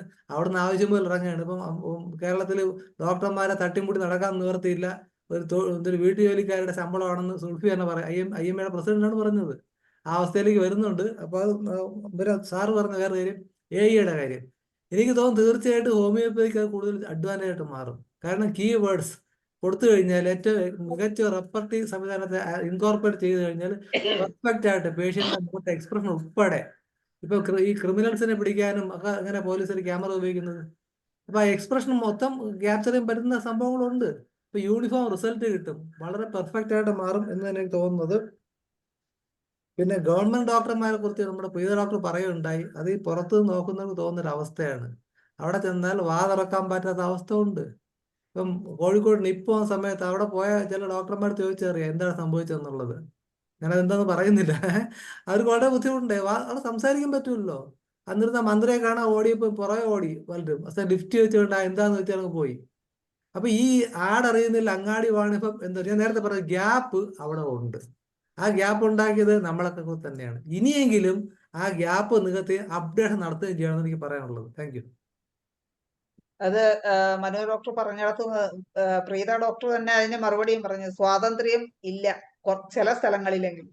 അതിന് വേറെ കാര്യമുണ്ട്, പാരതന്ത്ര്യം മാനികൾക്ക് മൃതിയേക്കാൾ ഭയാനകം എന്ന അവസ്ഥ ഒന്ന് ഉള്ളിലുണ്ടെങ്കിൽ അവൻ സ്വാതന്ത്ര്യം ഉണ്ടാക്കാൻ നോക്കും. അതില്ല. ഈ കയ്പ് അഴിയന് ഇഷ്ടമാണെന്ന് പറഞ്ഞ് ഇങ്ങനെ പോകുന്നവരാണ് ബഹുഭൂരിപക്ഷം പേരും. അതാണ്. ഓക്കെ, അടുത്ത ധനേഷ് ഡോക്ടർ ഹാൻഡ് റൈസ് ചെയ്തിട്ടുണ്ട്. ധനേഷ് ഡോക്ടറെ എത്ര സമയം? 18. തീർച്ചയായും ധനേഷ് വളരെ നല്ല ഒരു ചർച്ചയാണ് വേദിയിൽ നടന്നുകൊണ്ടിരിക്കുന്നത്. നല്ല രീതിയിലാണ് ജോസ് ഐസക് സാറും പ്രീത ഡോക്ടറും വ്യത്യസ്തമായ രീതിയിൽ കാര്യങ്ങൾ അവതരിപ്പിച്ചത്. നമ്മളിപ്പോൾ വളരെ പ്രധാനപ്പെട്ട ഒരു വിഷയം എന്ന് പറയുന്നത് ഹോമിയോപ്പതി മേഖലയിൽ വിദ്യാർത്ഥികൾ എത്തുന്നത് കുറവാണ്. എന്തുകൊണ്ടാണ് അങ്ങനെ വരുന്നത്? ഇതെല്ലാം എല്ലാവർക്കും അറിയാം. കാരണം നമ്മളെ എതിർക്കുന്ന ഒരു വലിയൊരു വർഗം ഡെവലപ്പ് ചെയ്തുകൊണ്ടിരിക്കുകയാണ്. എന്തുകൊണ്ടാണ് നമ്മളെ എതിർക്കുന്നത്? അവിടെയാണ് നമ്മൾ അറിയേണ്ടത്. ഹോമിയോപ്പതി വളരുന്നു എന്നുള്ള സത്യം അവർ തിരിച്ചറിയുന്നു. അതുകൊണ്ടാണ്, കാരണം ഹോമിയോപ്പതി ഒരു സിസ്റ്റം വളരുക എന്ന് പറയുമ്പോൾ അത് ഈ പ്രൈവറ്റ് മേഖലയിൽ ചികിത്സകരുടെ എണ്ണം കൂടുന്നത് കൊണ്ട് മാത്രമല്ല, സർക്കാർ തലത്തിലുള്ള ഹോമിയോപ്പതി ചികിത്സ വളരെ ഗംഭീരമായി മുന്നേറുന്നു എന്നുള്ളതാണ്. എല്ലാ പഞ്ചായത്തുകളിലും സാമാന്യം നല്ല ക്ലിനിക്കുകൾ, സർക്കാർ ആശുപത്രികളുണ്ട്. അവിടെ എല്ലാം തന്നെ സാമാന്യം നല്ല പേഷ്യൻസ് ഉള്ളതായിട്ട് ആൾക്കാരുടെ ശ്രദ്ധയിൽപ്പെടുന്നുണ്ട്. ഇന്നിപ്പം ആയുഷ് മേഖലയിൽ തന്നെ ഒത്തിരി സ്ഥാപനങ്ങൾ നല്ല രീതിയിൽ പ്രവർത്തിക്കുന്നുണ്ട്. അപ്പോൾ ഇതെല്ലാം നമ്മളെ പ്രൈവറ്റ് പ്രാക്ടീഷണേഴ്സിനെ ബാധിക്കുന്നുണ്ട്. ഇല്ല എന്ന് നമുക്കൊരിക്കലും പറയാൻ പറ്റില്ല. അതുകൊണ്ട് തന്നെ ക്രോണിക് ഡിസീസ് ട്രീറ്റ് ചെയ്യുന്ന മുൻ 15 വർഷത്തിലധികം പ്രാക്ടീസുള്ള ഡോക്ടർമാർക്കെല്ലാം ഇപ്പോഴും ഒരുവിധം സ്റ്റഡി ആയിട്ട് തന്നെ കാര്യങ്ങൾ പോകുന്നുണ്ട്. അപ്പോൾ ഇങ്ങനെയുള്ള മാറ്റം അതിനർത്ഥം ഹോമിയോപ്പതി ഉപയോഗിക്കുന്നവരുടെ എണ്ണം കുറയുന്നു എന്നല്ല. അതായത് ഞാൻ ഇപ്പം ഈ അടുത്ത ഈ ഒരു കാലവർഷ സീസണിൽ സാധാരണ നമുക്ക് വരുന്ന അത്രയും പേഷ്യൻസ് അക്യൂട്ട് കേസുകൾ വന്നില്ല. അപ്പം ഞാൻ ആദ്യം വിചാരിച്ചത്, അയ്യോ എല്ലാവരും ഒക്കെ നമ്മളെ വിട്ടൊക്കെ പോയ ലക്ഷണമാണല്ലോ എന്നാണ്. പക്ഷെ അതിനുശേഷം ഓരോരുത്തരും വരുമ്പോഴും അവർ പറയുന്ന, ഡോക്ടറെ കുറേ നാളുകളായി കൊച്ചിന് പനി വന്നിട്ട്, ഡോക്ടറുടെ മരുന്ന് കഴിക്കാൻ തുടങ്ങിയതിന് ശേഷം അങ്ങനെ പനിയൊന്നും വരുന്നില്ല. അപ്പോൾ ഇതൊരു വാസ്തവമാണ്. നമ്മളുടെ ചികിത്സയ്ക്ക് ശേഷം ഹോമിയോപ്പതി കൊണ്ട് ആ ബെനിഫിറ്റ് കിട്ടിയ ആൾക്കാർ, പക്ഷേ പണ്ടത്തെ ഒരു സിസ്റ്റം എന്ന് പറഞ്ഞാൽ നമ്മൾ ചികിത്സിച്ച് കഴിഞ്ഞാൽ ഇത് മൗത്ത് ടു മൗത്തായിട്ട് പബ്ലിസിറ്റി ഉണ്ടാകുമായിരുന്നു. ഇന്നിപ്പം ആൾക്കാർ തമ്മിലുള്ള സംസാരം കുറഞ്ഞു. അതുകൊണ്ട് ഈ മൗത്ത് ടു മൗത്ത് പബ്ലിസിറ്റി എന്നത് വളരെ കുറഞ്ഞിരിക്കുകയാണ്. പിന്നെ ഏത് ഘട്ടത്തിലാണ് ഇപ്പോൾ ഒരാളെ നമ്മളെ ഡയറക്റ്റ് ചെയ്യുന്ന വെച്ചാൽ, ഇപ്പോൾ ഉദാഹരണമായിട്ട് ഒരു ബന്ധുവിനെ കാണാനായിട്ട് ഒരാൾ ഹോസ്പിറ്റലിൽ ചെല്ലുന്നു. അപ്പോൾ ഒരു കൊച്ചായിരിക്കും അവിടെ കിടക്കുന്നത്. എന്തായി? അയ്യോ എൻ്റെ ഡോക്ടർ, എൻ്റെ ചേട്ടാ ഒന്നും പറയണ്ട, കുറേ നാളുകളായി ഞങ്ങളിത് 3ാമത്തെ ആശുപത്രിയിലാണ് വന്ന് കിടക്കുന്നത്, ഇപ്പോഴും കൊച്ച്. അപ്പോഴവൻ, എൻ്റെ മോളെ നീ ആ ധനേഷ് ഡോക്ടറെയോ അല്ലെ ആ മനോജ് ഡോക്ടറെ ഒന്നും കൊണ്ട് കാണിക്കുക, അവരുടെയൊക്കെ ചികിത്സയിൽ എത്ര വേഗത്തിലാണ് രോഗം, പിന്നെ അസുഖമൊന്നും വരുന്നില്ല. ഞങ്ങളുടെ കൊച്ച് ജനിച്ച കാലം തൊട്ട് അവരുടെ ചികിത്സയാണ്, ഇന്ന് വരെ ഞങ്ങൾ ആശുപത്രി കിടന്നിട്ടില്ല. അപ്പം ഇങ്ങനെ പറയുന്ന അവസരങ്ങൾ ഇപ്പം കുറവാണ്. പണ്ടങ്ങനെയല്ല. നമുക്ക് ഞാനൊക്കെ തുടങ്ങിയ കാലത്ത് ഒരു പേഷ്യൻ്റ് വന്നു കഴിഞ്ഞാൽ അതിൻ്റെ അടുത്ത വീട്ടിലെ ആള് ഓട്ടോമാറ്റിക്കായിട്ട് നമ്മുടെ അടുത്തോട്ട് വരികയാണ്, നമ്മളാരും പറഞ്ഞിട്ടല്ല. അപ്പോൾ ഒരു പഞ്ചായത്തിലെ ഒരു വാർഡിലെ മുഴുവൻ കുട്ടികളെയും ചികിത്സിക്കാനുള്ള ഭാഗ്യമൊക്കെ നമുക്ക് ഒന്നുണ്ടായിരുന്നു. പക്ഷെ ഇന്ന് കുട്ടികളുടെ എണ്ണം കുറവാണ്. അതുപോലെ തന്നെ വീട്ടുകളിൽ പരസ്പരം സംസാരം കുറവാണ്. അതുകൊണ്ട് തന്നെ പിന്നെ ഈ ഇപ്പം നേരത്തെ പറഞ്ഞ പോലെ ആശാ വർക്കർമാർ എല്ലാ വീട്ടിലും പാരസെറ്റമോൾ കൊണ്ട് കൊടുത്തിട്ടുണ്ട്. അപ്പോൾ കാണുമ്പോഴേ ഇതെടുത്ത് കൊടുക്കുന്ന ഒരു പ്രവണതയുണ്ട്. അത് കഴിക്കുമ്പോൾ പനി ആദ്യം കുറഞ്ഞിട്ട് പിന്നെ കൂടും. ധനേഷ് ഡോക്ടറെ, അപ്പോൾ നമ്മളെ സമയം സ്വാഭാവികമായിട്ടും ഈ കുട്ടിയെ ആശുപത്രിയിലോട്ട് തന്നെ കൊണ്ടുപോകുന്ന ഒരവസ്ഥ വരും. ഇതൊക്കെയാണ് എനിക്ക് പറയാനുള്ളത്. അതുകൊണ്ട് നമുക്ക് ഒത്തിരി പ്രശ്നങ്ങളുണ്ട്, പക്ഷേ ഹോമിയോപ്പതി ഒരിക്കലും ഇല്ലാതാവില്ല. അത് മാത്രമാണ് എനിക്ക് പറയാനുള്ളത്. ഓക്കെ ധനേഷ് ഡോക്ടറെ. അടുത്ത് നമുക്ക് doctor Sunil Kumar hand raise ചെയ്തിട്ടുണ്ട്. ഡോക്ടറെ സംസാരിച്ചോളൂ, 3 മിനിറ്റ് ആണ്.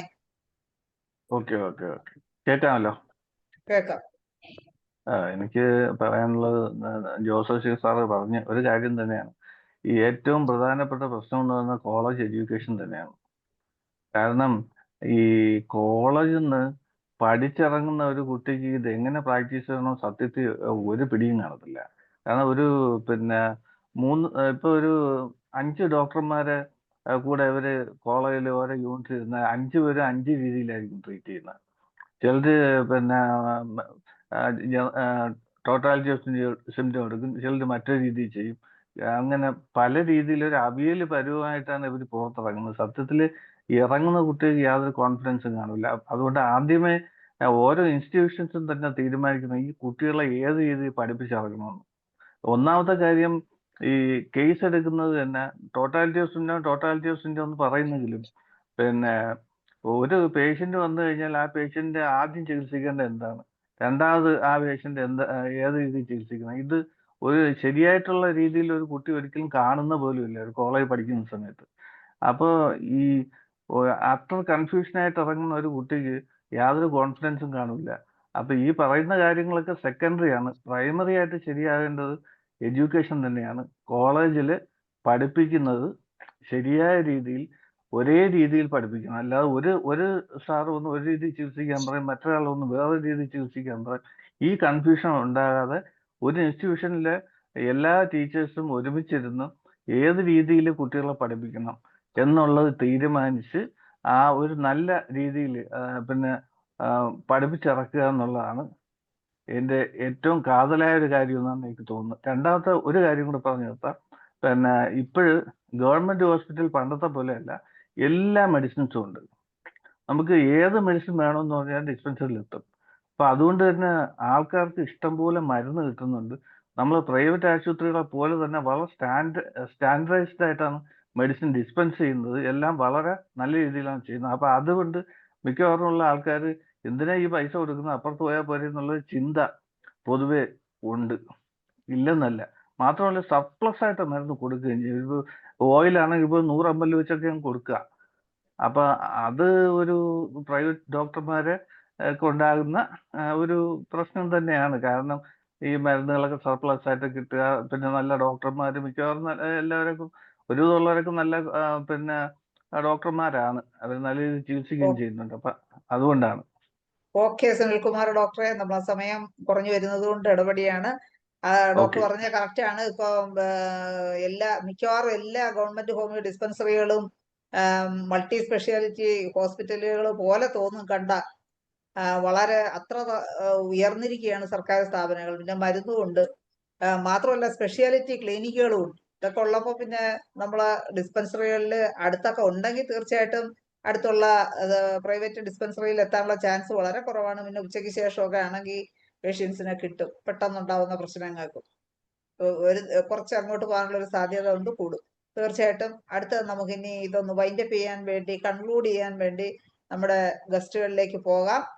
ജോസ് ഐസക് സാറെ 2 മിനിറ്റ് സാറിന് കൺക്ലൂഡ് ചെയ്യാം.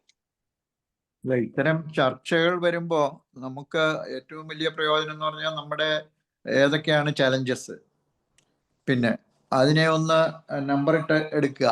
രണ്ടാമത് അതിനെ എങ്ങനെ നമുക്ക് ഓവർകം ചെയ്യാൻ കഴിയും എന്നുള്ളത് കൂട്ടായിട്ടുള്ള ചിന്താഗതികൾ വരും. പിന്നെ രണ്ടാമത് എക്സ്പീരിയൻസ്ഡ് ആയിട്ടുള്ള ആൾക്കാരെ എങ്ങനെ ഇത് അഫക്റ്റ് ചെയ്യാതിരിക്കുന്നു എന്നുള്ളത് മറ്റുള്ളവർക്ക് പഠിക്കുകയും ചെയ്യാം.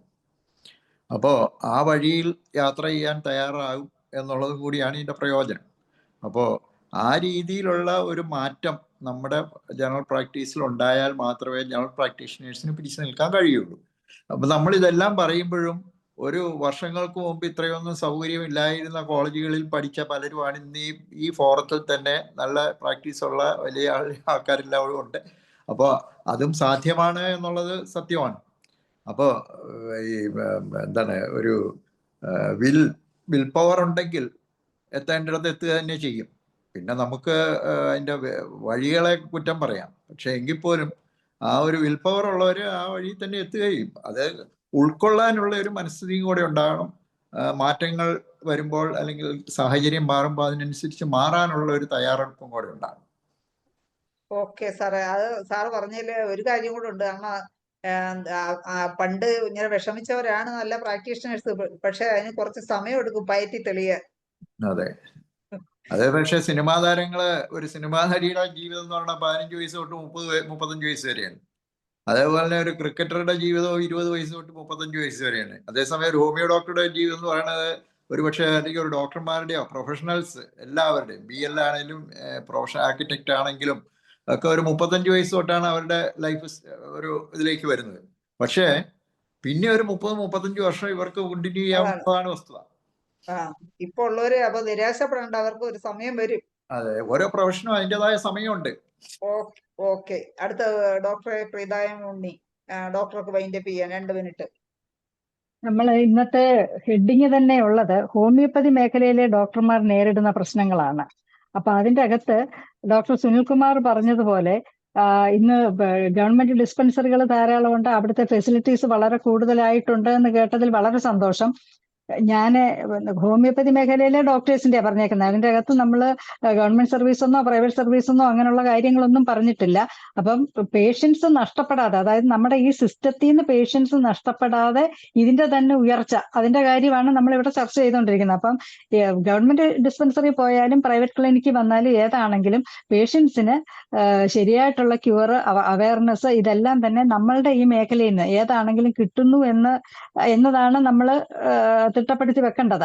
അപ്പൊ അത് കിട്ടുന്നുണ്ടെങ്കിൽ തീർച്ചയായിട്ടും ഹോമിയോപ്പതിയുടെ പ്രോഗ്രസ് ആണ് കാണിക്കുന്നത്. തന്നെയല്ല AI വന്നാലും നമ്മുടെ സിസ്റ്റത്തിന്, നമ്മൾ കാരണം കോൺസ്റ്റിറ്റ്യൂഷണൽ മെഡിസിൻ കൊടുത്താണ് നമ്മൾ ആ ക്യൂർ എന്ന് പറയുന്ന ഒരു അവസ്ഥയിലേക്ക് എത്തുന്നത്. അത് ചിലപ്പം വെരി റെയർ ആൻഡ് പെക്യുലർ സിംറ്റത്തിൽ നിന്നായിരിക്കും നമ്മൾ ചിലപ്പോൾ അതിലേക്ക് എത്തുന്നത്. അപ്പൊ അതൊന്നും AI വരുന്നു എന്ന് പറഞ്ഞാൽ ഹോമിയോപ്പതി സിസ്റ്റത്തിന് തട്ടുകേടൊന്നും തന്നെ സംഭവിക്കത്തില്ല. അതുകൊണ്ട് തുടർന്നും ഈ ഒരു സിസ്റ്റം അത്യുന്നതിയിൽ തന്നെ എത്തുകയും നമ്പർ 1 എന്നുള്ള ഹെൽത്ത് മേഖലയിലെ നമ്പർ 1 ഒരു ശാഖയായിട്ട്, മെഡിക്കൽ ശാഖയായിട്ട് മാറും എന്നുള്ളതും നമുക്ക് പ്രതീക്ഷിക്കാം. തീർച്ചയായിട്ടും അതിനുവേണ്ടി ഓരോ ഹോമിയോ ഡോക്ടേഴ്സും മുമ്പിട്ടിറങ്ങുകയും അവരതിനു വേണ്ടി പ്രയത്നിക്കുകയും വേണം. അതിൻ്റെ ഇടയ്ക്ക് ഒരുപാട് കാര്യങ്ങൾ ചെയ്യേണ്ടത് ഞാൻ തുടക്കത്തിൽ തന്നെ പറഞ്ഞു കഴിഞ്ഞു. ഏതൊക്കെ തരത്തിലാണ് ഡെവലപ്പ് ചെയ്ത് വരേണ്ടത് എന്നുള്ളത്. ഇന്നത്തെ കാലം വളരെ സ്പീഡായിട്ടുള്ള ഒരു കാലമാണ്. അവർക്ക് പണ്ട് നമ്മൾ 30 വർഷം കൊണ്ട് വീടും കാറും ഒക്കെ ഉണ്ടാക്കിയാൽ മതി എന്ന് ധരിക്കുമ്പോൾ ഇന്ന് കുട്ടികൾ 4-5 വർഷത്തിൽ അത് വേണം എന്ന് ആഗ്രഹിക്കുന്ന ആൾക്കാരാണ്. അപ്പം നാടോടുമ്പോൾ നടുവേ ഓടുക. ഈ കാലഘട്ടം അങ്ങനെയാണെന്നെങ്കിൽ നിങ്ങൾ അതിന്റെ അനുസരിച്ച് എങ്ങനെ പ്രൊമോട്ട് ചെയ്ത് എങ്ങനെയാണ് നമുക്ക് നമ്മുടെ പ്രവർത്തന മേഖല ഇമ്പ്രൂവ് ചെയ്യിക്കേണ്ടതും അതുപോലെ തന്നെ നമുക്ക് കിട്ടേണ്ട റെമ്യൂണറേഷൻ വാങ്ങിച്ചെടുക്കേണ്ടതും എങ്ങനെയെന്ന് മനസ്സിലാക്കി അത് കോളേജ് തലത്തിൽ തന്നെ തുടങ്ങണം. മെഡിക്കൽ കോളേജിലെ ഡോക്ടേഴ്സ് അതിനുവേണ്ടി പരിശ്രമിക്കേണ്ടതാണ്. ആ കുട്ടികളിലെ കോൺഫിഡൻസ് ഉണ്ടാക്കി കൊടുക്കാനും ഒരേ സിസ്റ്റം ഒരേ രീതിയിൽ ട്രീറ്റ് ചെയ്ത് പോകാനും, വെളിയിൽ ഇറങ്ങിയാൽ അപ്പം തന്നെ പ്രാക്ടീസ് ചെയ്താൽ എനിക്ക് ക്യൂർ കൊടുക്കാൻ സാധിക്കുമെന്നും അതിന് വേണ്ട രൂപ എനിക്ക് വാങ്ങിച്ചെടുക്കാൻ സാധിക്കുമെന്നും ഉള്ള ഒരു അവയർനെസ് അവരിൽ വരണം. അത് ഈ അവസറൻസി പീരീഡിലോ അല്ലെ ഫൈനൽ ഇയറിലോ ഇത് കുട്ടികളിലെ മറ്റുള്ള സബ്ജക്ട് പോലെ തന്നെ ഒരു ക്ലാസ് ഒന്നി അവിടുത്തെ ഡോക്ടേഴ്സോ, ഇനി അവർക്കത് പറ്റിയില്ലെങ്കിൽ പുറത്തുനിന്ന് ഡോക്ടേഴ്സിനെ സ്വീകരിച്ചാണെങ്കിലും ആ തരത്തിൽ തലമുറകളെ വാർത്തെടുത്ത് പുറത്തേക്ക് ഇറക്കണം. അതിന്റെ റെസ്പോൺസിബിലിറ്റി ടീച്ചേഴ്സ് എടുക്കേണ്ടതാണ്. ഓക്കെ ഡോക്ടറെ, വളരെ നല്ല ഒരു ചർച്ചയായിരുന്നു എല്ലാവരും ഇന്നിവിടെ നടത്തിയത്. വളരെ സന്തോഷം. ഈ ചർച്ചയിൽ പങ്കെടുത്തവർക്ക് നന്ദി പറയുന്നതിന് വേണ്ടി ഡോക്ടർ മനോജിനെ ക്ഷണിക്കും. നന്ദി ശൈല ഡോക്ടർ. എന്തായാലും അതിനുമുമ്പ് ഒരു കാര്യം പറയണം, നമ്മുടെ 5ാം വാർഷികം ആഘോഷിക്കുകയാണ്. പരമാവധി പേരകത്ത് പങ്കെടുക്കുക. ഈ പറഞ്ഞതെല്ലാം നമ്മൾ അതെന്താ പ്രായോഗികമാണെന്ന് തെളിയിക്കണം. എവിടെയാണ് ഹോമിയോപ്പതിയുടെ കേരളത്തിലെ ഏറ്റവും വലിയ ഹോട്ടലിൽ ഒന്നാണ് താജ് വിവാന്റെ. അവിടെ വെച്ചാൽ നടത്തുന്നത്. എന്തിനാണ് നടത്തുന്നത്? എക്സോർ വൈക്കല്ല, ഹോമിയോപ്പതിയുടെ ഗ്രാഫ് മാറ്റാനായിട്ട്. അപ്പൊ എല്ലാവരും തന്നെ അതിൽ പങ്കെടുക്കണം. അതുപോലെ വളരെ ജോസഫ് സാർ ഏറ്റവും എക്സ്പീരിയൻസ്ഡ് ആണ്. പ്രീതാവൺ ഡോക്ടർ നല്ല പ്രാക്ടീസ് ഉള്ള വ്യക്തിയാണ്. എല്ലാവരും നല്ല. ഡോക്ടർ സുനിൽകുമാർ അളന്നു മുറിച്ച് കാര്യങ്ങൾ പറയാൻ കഴിവുള്ള ആളാണ്. ഹരിഹരൻ സാർ എക്സ്പീരിയൻസ്ഡ് ആണ്. അപ്പൊ എല്ലാവരുടെ അനുഭവങ്ങളും കേൾക്കാൻ കഴിഞ്ഞ ഒരു ഭാഗ്യമുണ്ടായി. ഇനിയും ചർച്ചകൾ തുടരണം. സമൂഹമായിട്ട് ബന്ധം ഉണ്ടാവണം, ലോകമായിട്ട് ബന്ധം ഉണ്ടാവണം. ഈ പരിപാടി പങ്കെടുത്ത എല്ലാവർക്കും IUPACന്റെ പേരിൽ നന്ദി രേഖപ്പെടുത്തുന്നു. ഓക്കെ, നന്ദി മനോജ് ഡോക്ടറെ. അപ്പോ ഇന്നത്തെ ചർച്ച വൻ വിജയമാക്കി എല്ലാവർക്കും ഒരിക്കൽ കൂടി നന്ദിയും ശുഭരാത്രിയും നേർന്നുകൊണ്ട് സെപ്റ്റംബർ 28 നടക്കുന്ന പ്രോഗ്രാമിന് എല്ലാവരും പെട്ടെന്ന് തന്നെ ബുക്ക് ചെയ്ത് എല്ലാവരും പങ്കെടുത്തതിനെ വിജയപ്രദമാക്കണമെന്ന് അഭ്യർത്ഥിച്ചുകൊണ്ട് നന്ദി, നമസ്കാരം. Thank you Shaila.